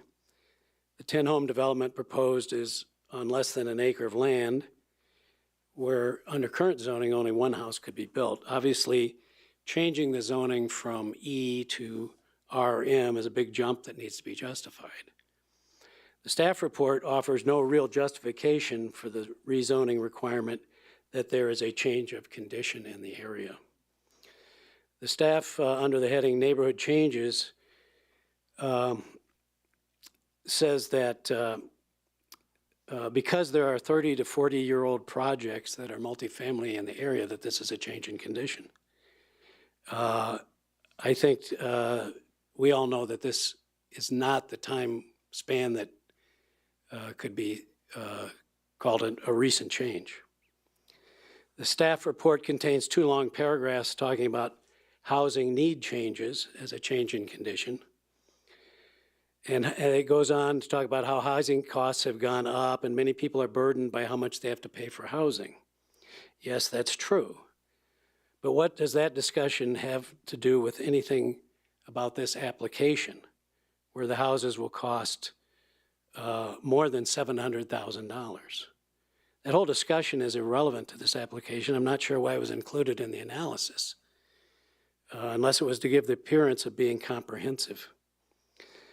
The proposal also does not meet the second code requirement that the proposed rezoning conforms to the comprehensive plan. I don't have time to discuss all of the guiding principles of the comprehensive plan, but suffice to say that a project that covers 80% of the site with roofing and paving does not, and this is quoting from the comprehensive plan, protect the scenic character of Estes Park, or protect the existing native wildlife habitat, or preserve the natural features through sensitive site design and minimal disturbance. I've spent many hours outside collecting petition signatures for a citizens' initiative and talking to residents. We've noticed a change recently in people's attitudes about what is happening in town. People are frustrated, discouraged, and frankly, they're pissed off about the rush to development in town. We have little trouble getting signatures. People are eager to sign and sometimes vent for 20 minutes to us in front of the post office about Virginia Avenue, Fish Hatchery, Prospector, or some other development. I suggest that everyone involved, including the planning staff, get out and see what the average person thinks about the direction Estes Park is heading. I encourage the planning staff to be more circumspect about their recommendations. And remember that they don't work for developers. They work for the citizens at large, including the neighbors who are most affected by their work. Thanks. Thank you. Is there other commentary? And as we progress through it, I would ask if it's just a repetition of a prior statement, go ahead and make that statement in summary and move forth just for the voice. Thank you very much. Mr. Mayor and Board of Trustees and staff and public. My name is Carl Cash, and my wife Karen and I live at 920 Saxon Court. We're the fairly new kids on the block. That doesn't mean we're new to Estes. I was a kid here, and my folks had a cabin for years in the 50s. My wife came here in the 70s. We both met here in 73, 50 years ago, as ski instructors in Hidden Valley. You know. I won't say any more. Just in short, we came full circle back to Estes because it's really special. We live right across the highway from the proposed project. I'm not here in any way to be a NIMBY or not in my backyard. I'm a land development consultant. I work in water resources and I manage special districts. I also sit on many boards and commissions, and I spent the first 10 years of my professional career in local government as a public works director, utilities director, and a deputy town manager. I think that this project, I'm not going to regurgitate what my compatriots have said. I will not duplicate. What I'd like to bring to your attention is this.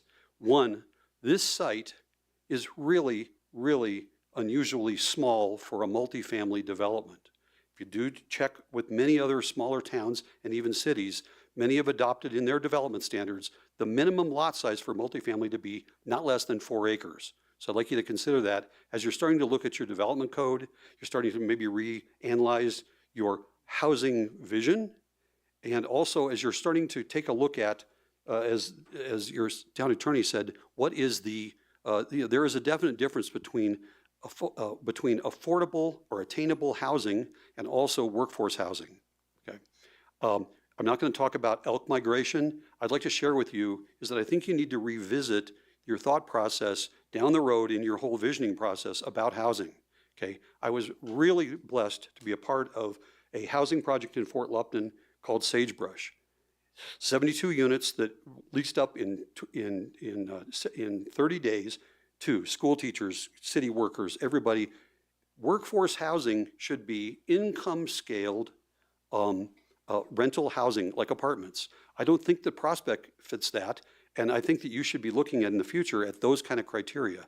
But especially with this project, affordable or attainable housing, I think using the old idea of workforce is a misnomer. These units, by the time the developer gets done pricing them for 1,800 square feet, 2-car garage, I know from my past 40 years experience, this project is not going to have units in the low 200 or 700s. It'll probably have the deed restricted units in the upper 700s, and the other 4 units are going to be in the 800s. That is not attainable. I really think we shouldn't try to kid ourselves of what is attainable. We need to come back. You ought to take time to re-evaluate all of your criteria and really learn from some of the other towns I've worked in, like Parker, Castle Rock, Brighton, and Fort Lupton, about what are some of the lessons they learned, because I think that what they learned will maybe help the town of Estes Park. And I thank you very much, and I'm so glad to be back in this town. Thank you. Thank you. Further public comment?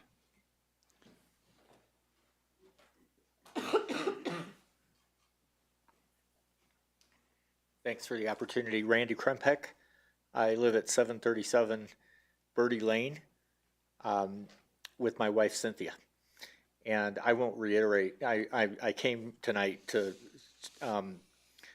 comment on my opposition to this rezoning. And I won't reiterate what the other speakers have said as to why. I just want to also, this is the first town board meeting I've ever been to in any town that I've ever lived in. And I was just very impressed tonight by the technology, by the fact that you have the Pledge of Allegiance to open your meeting. Just very impressive. I was also very appreciative of the criteria that was shared with us. I know that was a matter of public record. I just hadn't really done my research on that. So I really appreciate that aspect of it.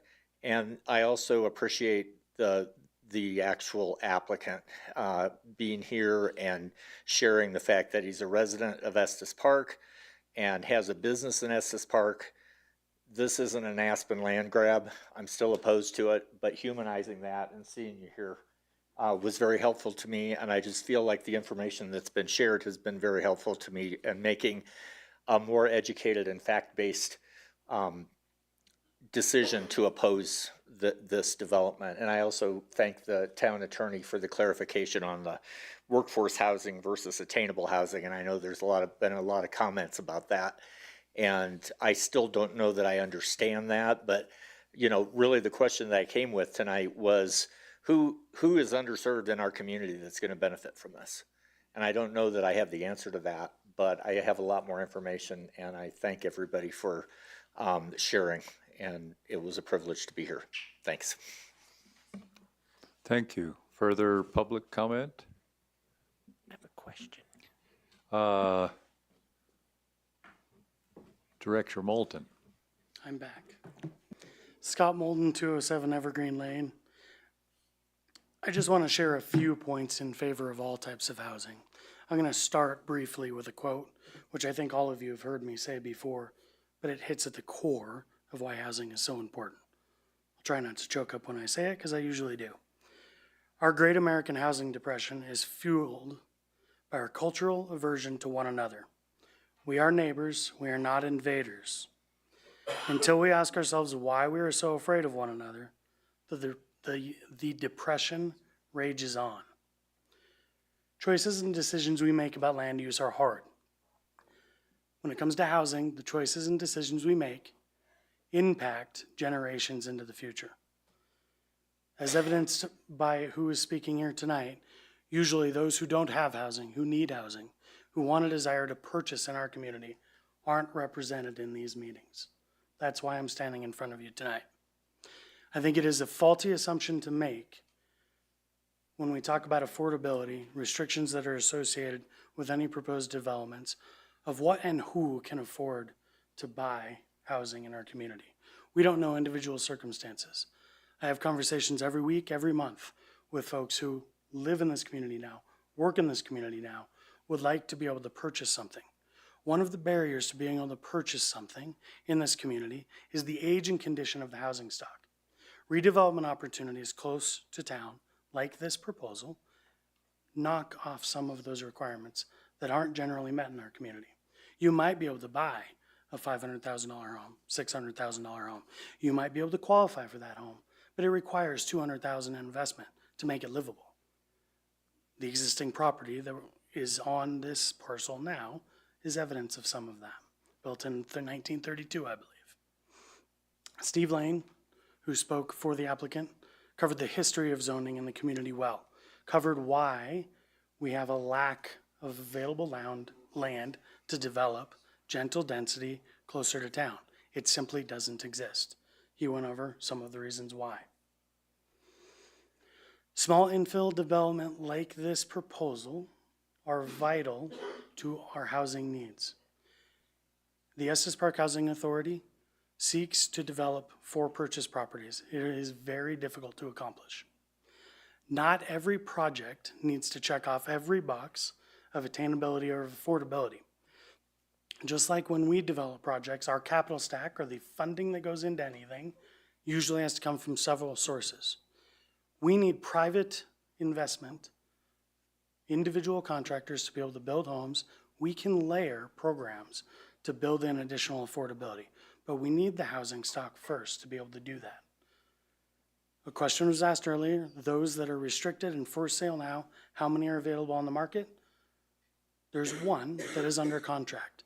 The most significant need we have in this community when it comes to housing is for purchase property.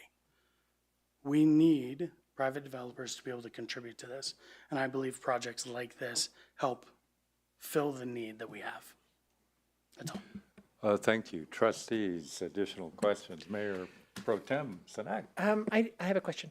So, and this is me and maybe not knowing the regulations. We have declined development project. I know this is a development plan due to sidewalks.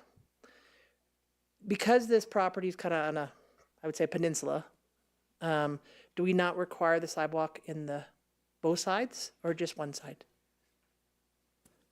The new development.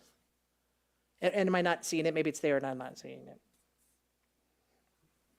Mayor, trustees, and so I can understand the question, are we talking internal? Well, no, we're talking about, we have, Travis probably, Mayor. how do you interpret what I'm asking? And I'll give it a better answer. Mayor Pro Tem, the specific location and requirements for sidewalks is something that I would expect to see come through the development process and the development plan process. I think sometimes during rezonings, we get bogged down in these conceptual site plans. Really, the question at hand for the board is, do you believe it's appropriate to rezone this property from what it is now to RM zoning? Because there's nothing that guarantees at this stage in the game that the project wouldn't change, or that as they encounter specific development pressures, that it necessarily changes the project. So this is helpful, and we appreciate the conceptual site plan, but it doesn't lock the developer into this specific plan, and we would not expect to see all of the development details that would have to come further during the development plan process. Okay. That being said, Mayor Pro Tem, I should point out that to the south and east on Community Drive, across Community Drive, there is a walking, biking. Oh, yeah, I'm just talking about our regulations, Right, but you're right. I got bogged down because I see this nice picture. I always have problems with these, and I think that Mr. Sangatti is a great builder. I think that he has great projects. And I think that he would go above and beyond to make the project quite nice.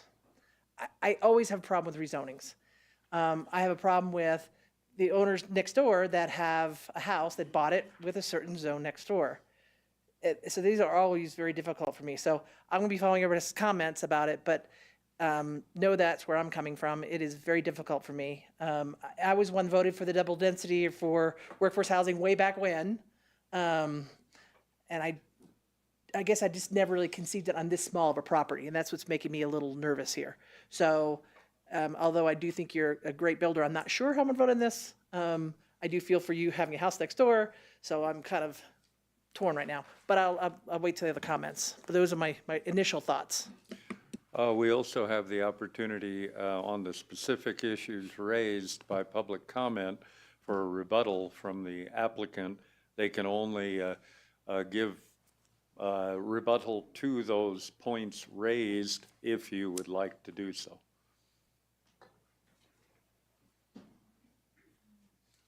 In other words, you can't bring up any new matters. But Right.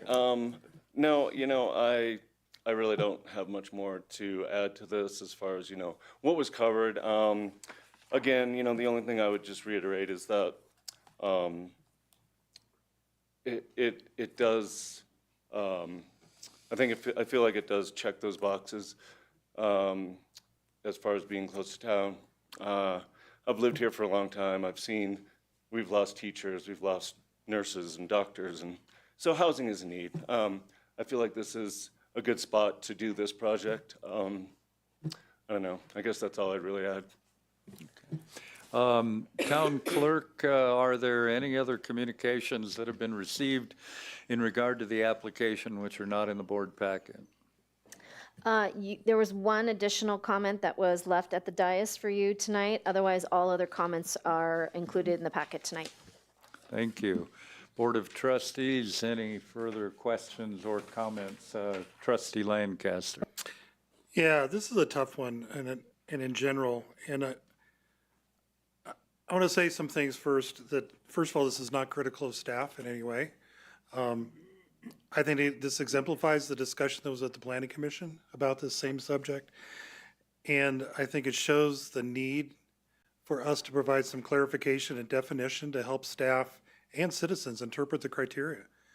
We're seeing there's a lot of misinterpretation, not misinterpretation, just different interpretations. I won't even call it misinterpretations. They're all valid, but it's so vague.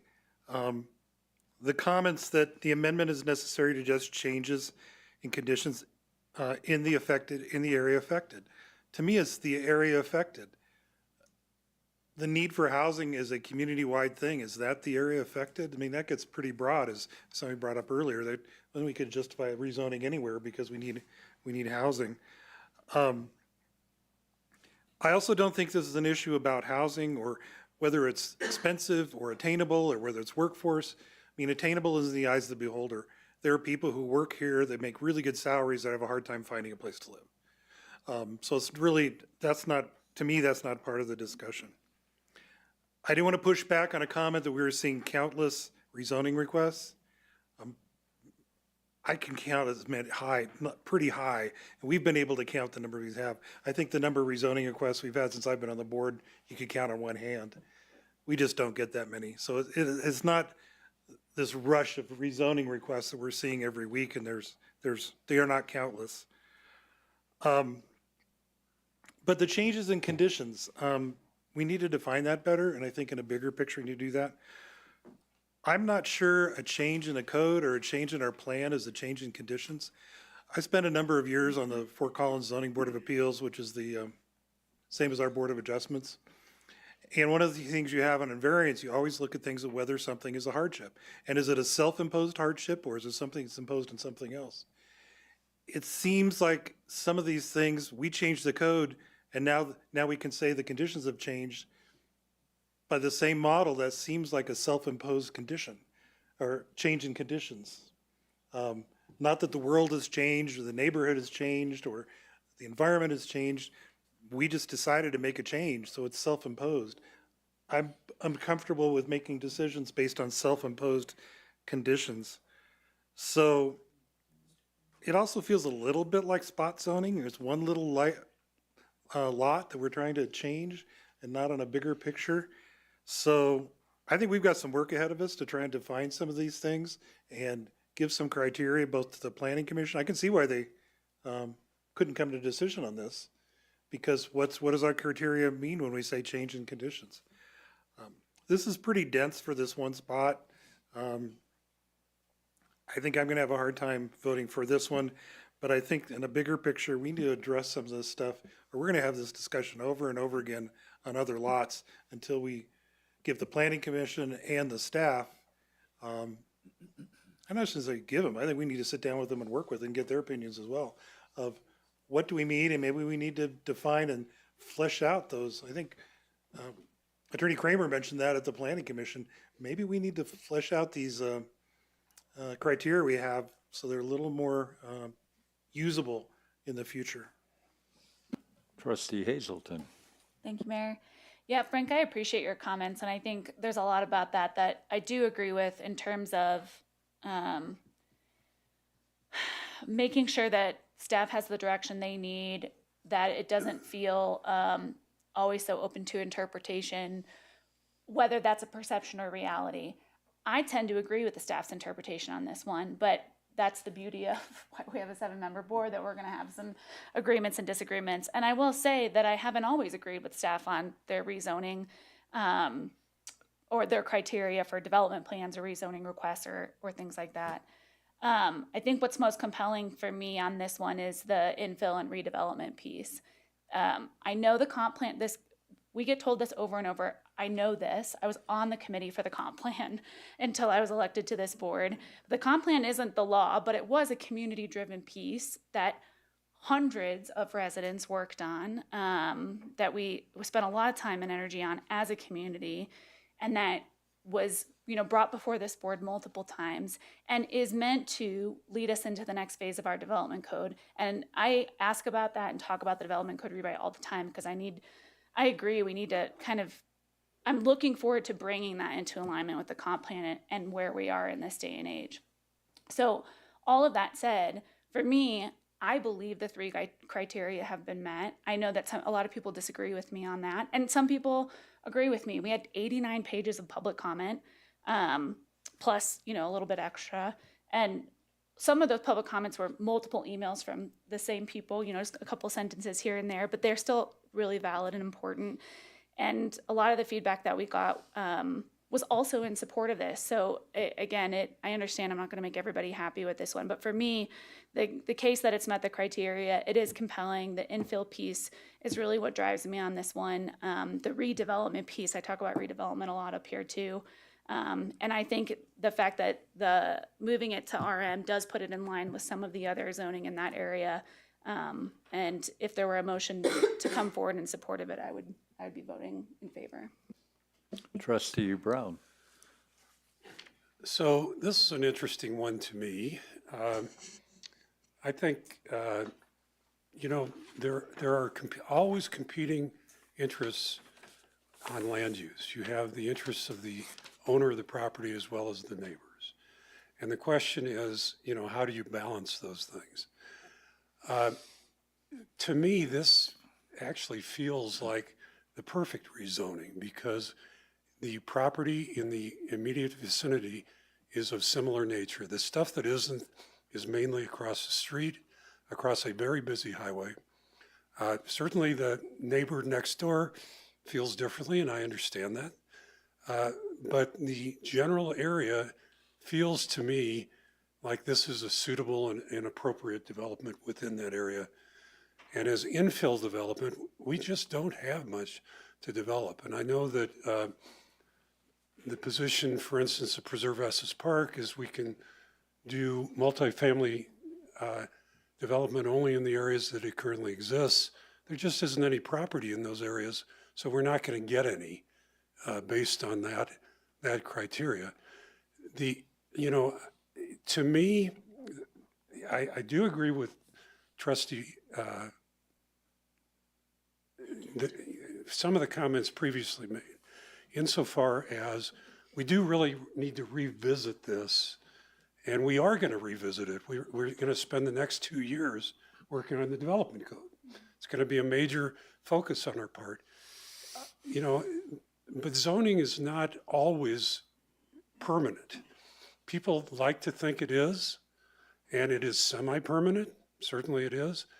What troubles me about this as much as anything is when this was rezoned, it was rezoned only based on the actual use at the time. There was no real judgment made as to whether the area should be rezoned. It was simply rezoned because that was the current use of the property.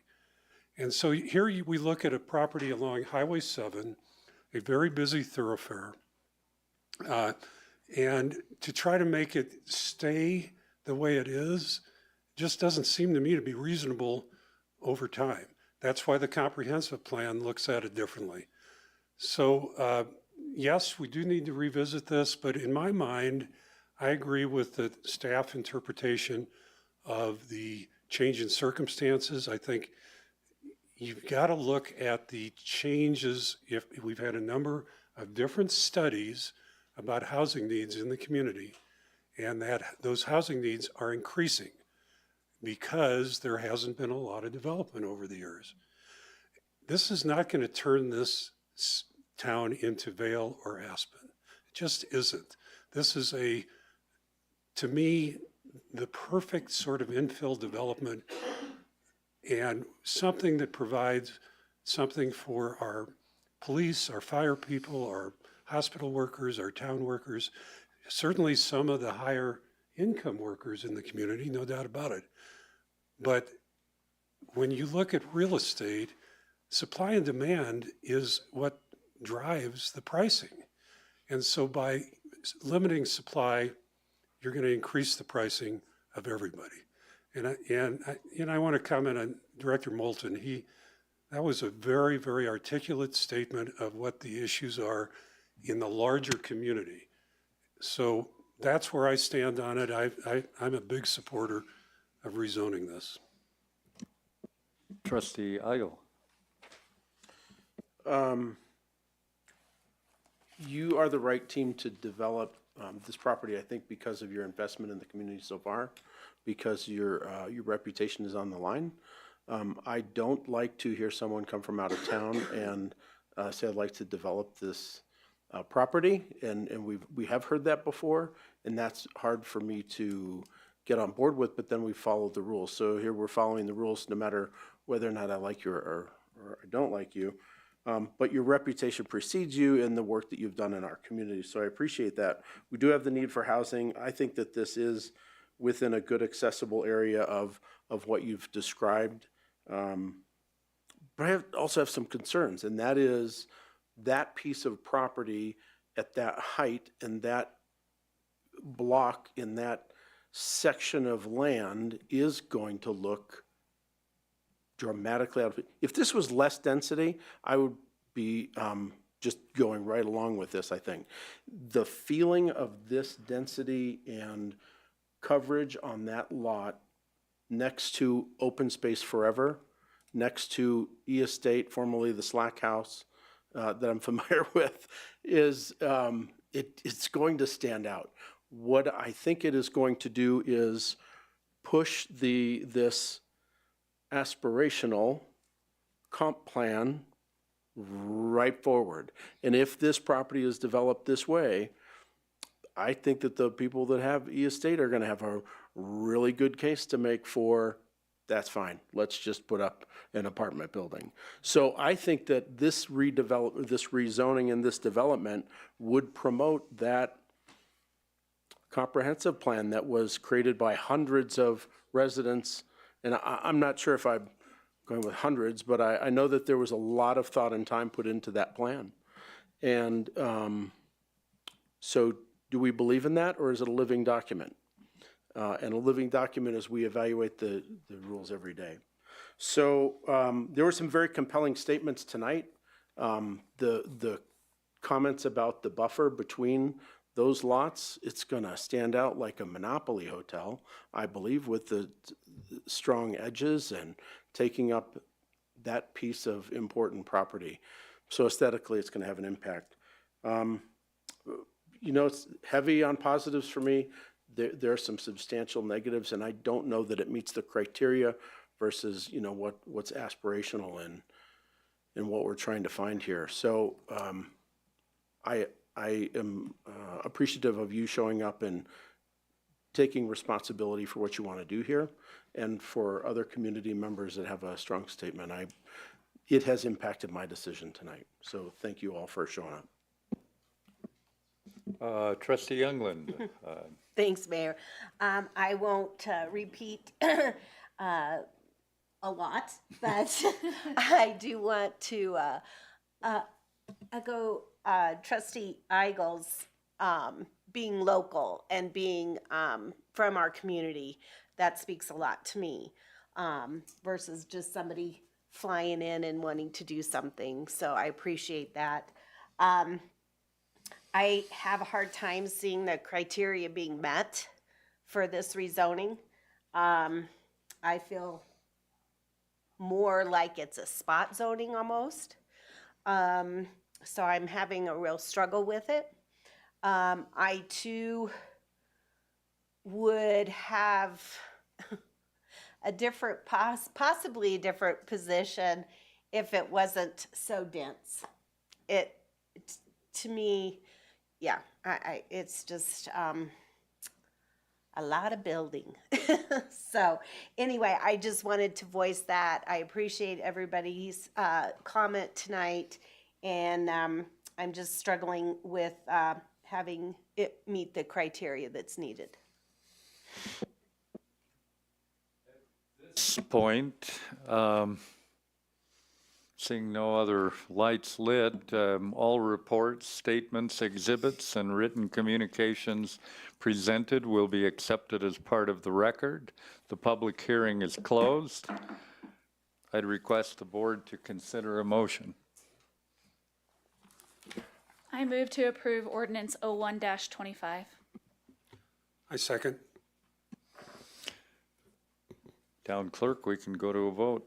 Mayor, I'll just remind the board before the vote that as Town Clerk Williamson explained earlier, this motion would take 5 votes to pass. It requires a supermajority due to the zoning protest that came in. Thank you.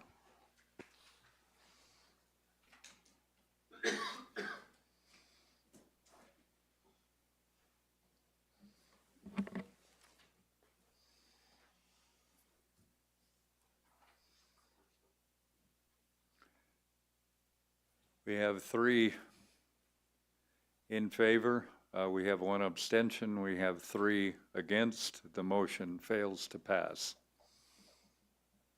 We would have required 5 in favor for the motion to pass. Correct, Mayor. Yes.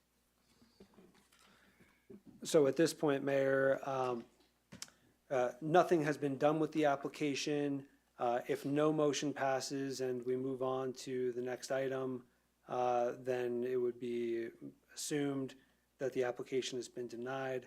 But it's typical that the board, if an application is going to be denied, pass a motion to deny the application, and that can include statement of findings that substantiate the denial, or it could just be approval of a motion to deny.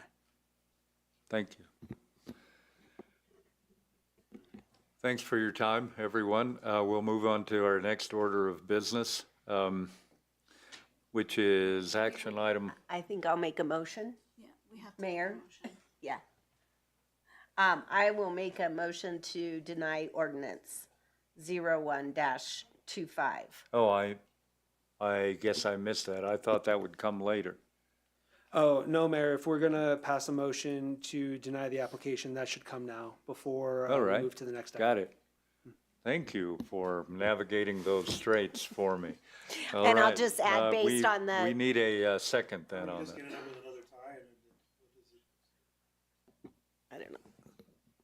So trustee Youngland, Mayor, trustee Lancaster, if it's another tie, then that motion fails as well.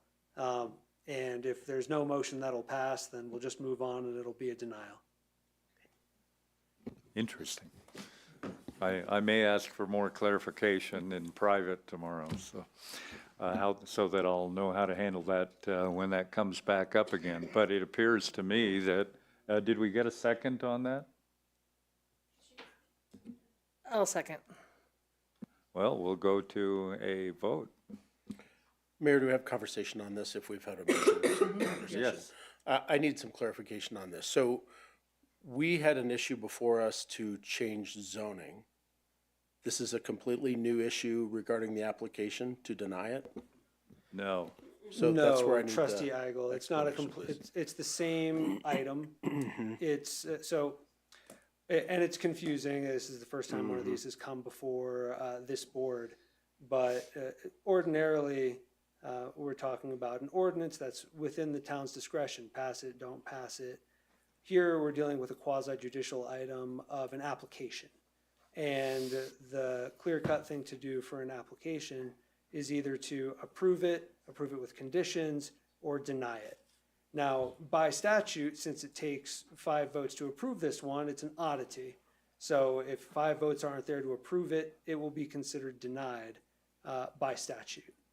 However, it's nice to tie a bow on it so that we have it for the record if there's going to be a denial, to say that the board determined that the review criteria were not met and there is a denial of the application. But any motion to do that, just like any other motion, would require a majority vote because the statute doesn't say otherwise. All the statute says is it takes 5 to approve. So that's the best interpretation I could give you. If I have a follow-up, I'm happy to try. So we're voting for the negative, we're voting on the negative here too. Correct. So we're taking the same vote, but in the opposite direction? Okay. Can you restate before we vote the motion? But we're not required to have a supermajority on the denial, only on the approval. Correct. Can you let me have the mic real quick? So I will make a motion to deny ordinance 01-25 based on the findings presented. Thank you. Well, so trustee Youngland, to interpret that based on findings presented, based on the finding in favor of the comments presented in opposition to the application. Perfect, thank you. And we can take the vote, town clerk. Well, I have a. Oh, we have to another second, but I comment. also have a question. So I'll second, but I have a question. I think that a lot of people, a lot of what I've heard here is the density is the issue.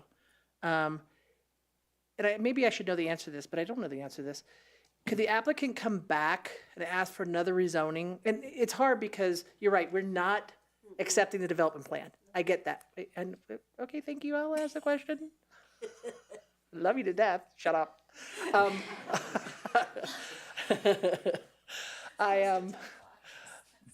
It is difficult seeing the development plan. I know we're not voting on the development plan. I get that. And I think, but a lot of the people up here have been more itchy about it because of the density. So my question, trustee Youngland, is could the developer come back and ask for a rezoning?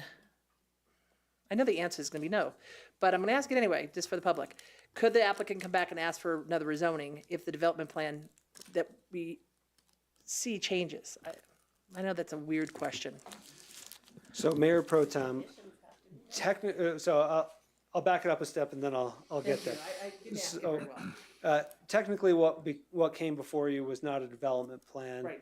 The development plan requirement was waived. It was a concept plan that would have been included as a condition of the rezoning. So a couple of different ways this could happen. For one thing, the board is always able to pass conditions of approval along with an approval with conditions, then enumerate those conditions. So that could come with the current application, and that could be something that changes what the concept plan is potentially, or just states a condition on top of what the concept plan is. There'd have to be a determination by planning staff as to whether that's really the same application or not.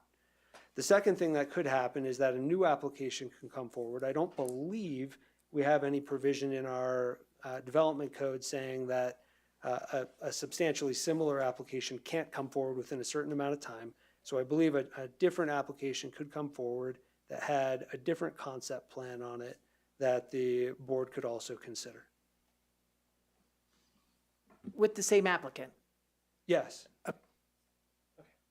And you already provided a second, I believe, to the motion. Any other comments? All right.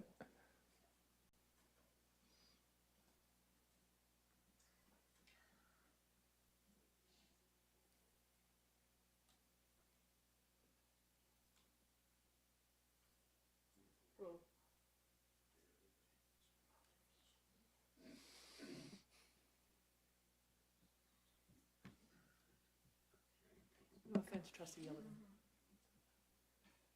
No offense. No offense. No offense taken. It appears I may have to cast a deciding vote.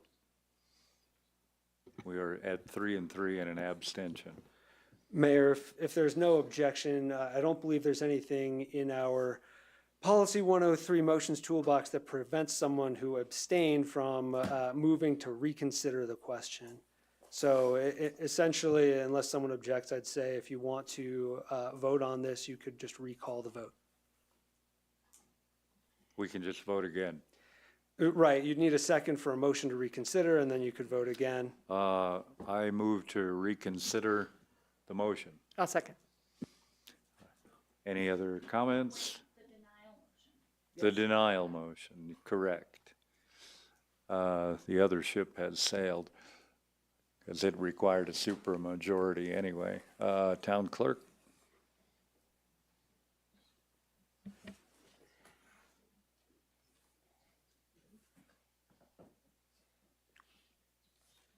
I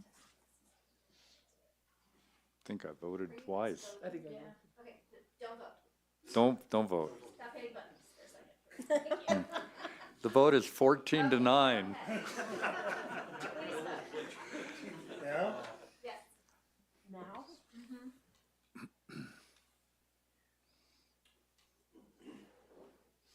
The denial motion passes 4 to 3. I don't think there's any other business on this action.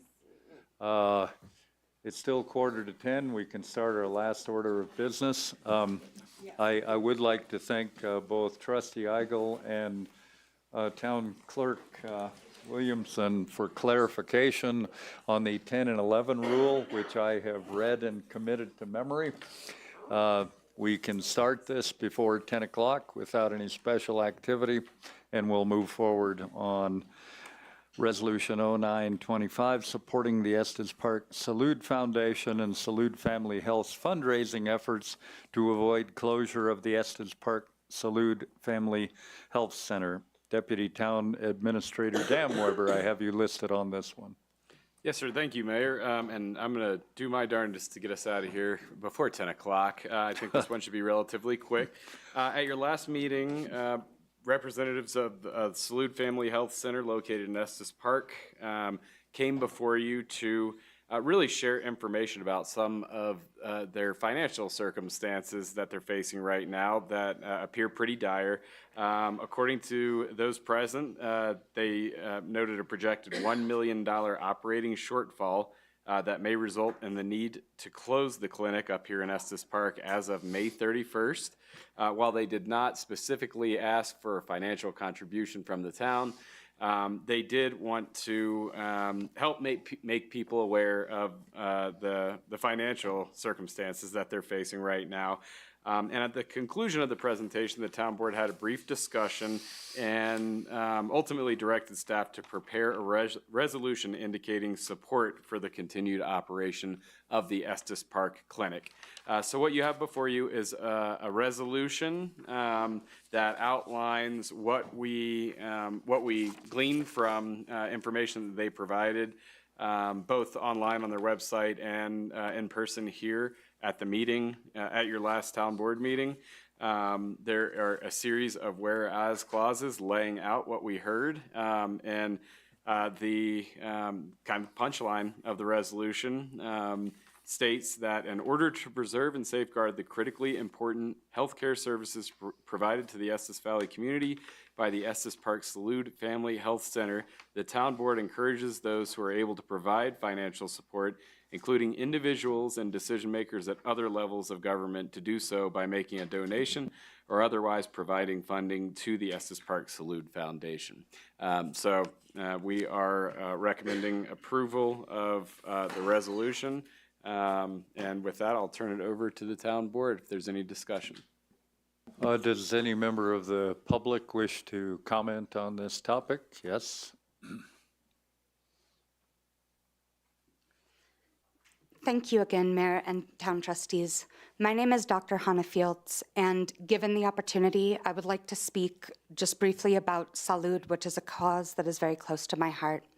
I served as the medical director of Salud Family Health Centers from 2018 to 2022, and I am extremely familiar with the critical services that they provide, including to both vulnerable and non-vulnerable members of our community, and how the ability for people, regardless of ability to pay at any given time, as we all encounter changes in our lives, makes the well-being and lives of all of us in this community better and more rich.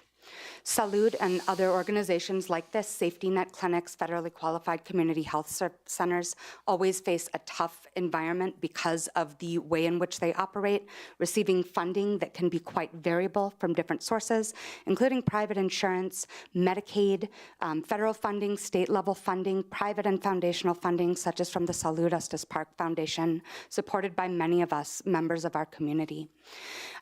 They have encountered a very challenging few years, along with the rest of us, in the setting of the pandemic and the many hardships and changes facing our society.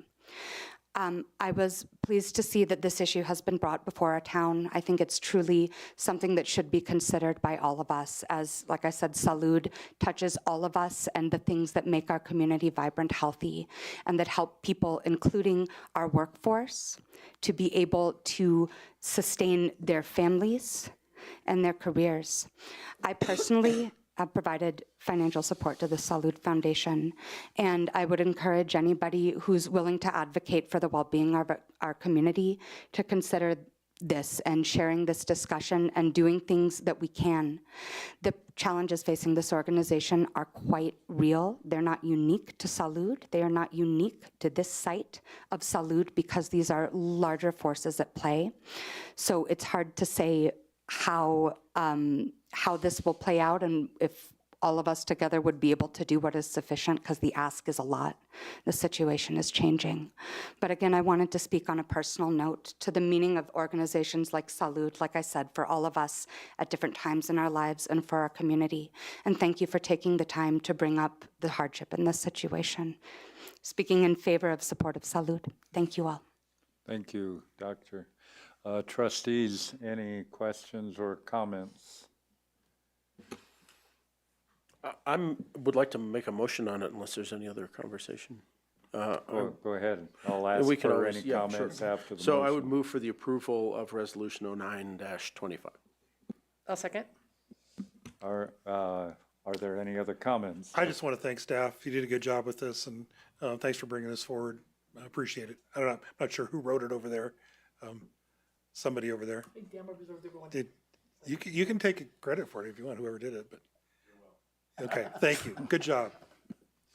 I'd also mention, and believe in my last column a week ago, I made a little paragraph about Salud, referencing some of the same. A very important resource in town. And with that, we can move to a vote.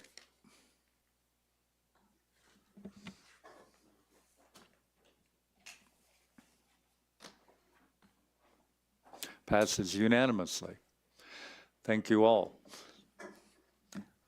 We have concluded all of the business that is on the agenda. At this point, I will close this town board meeting. Thank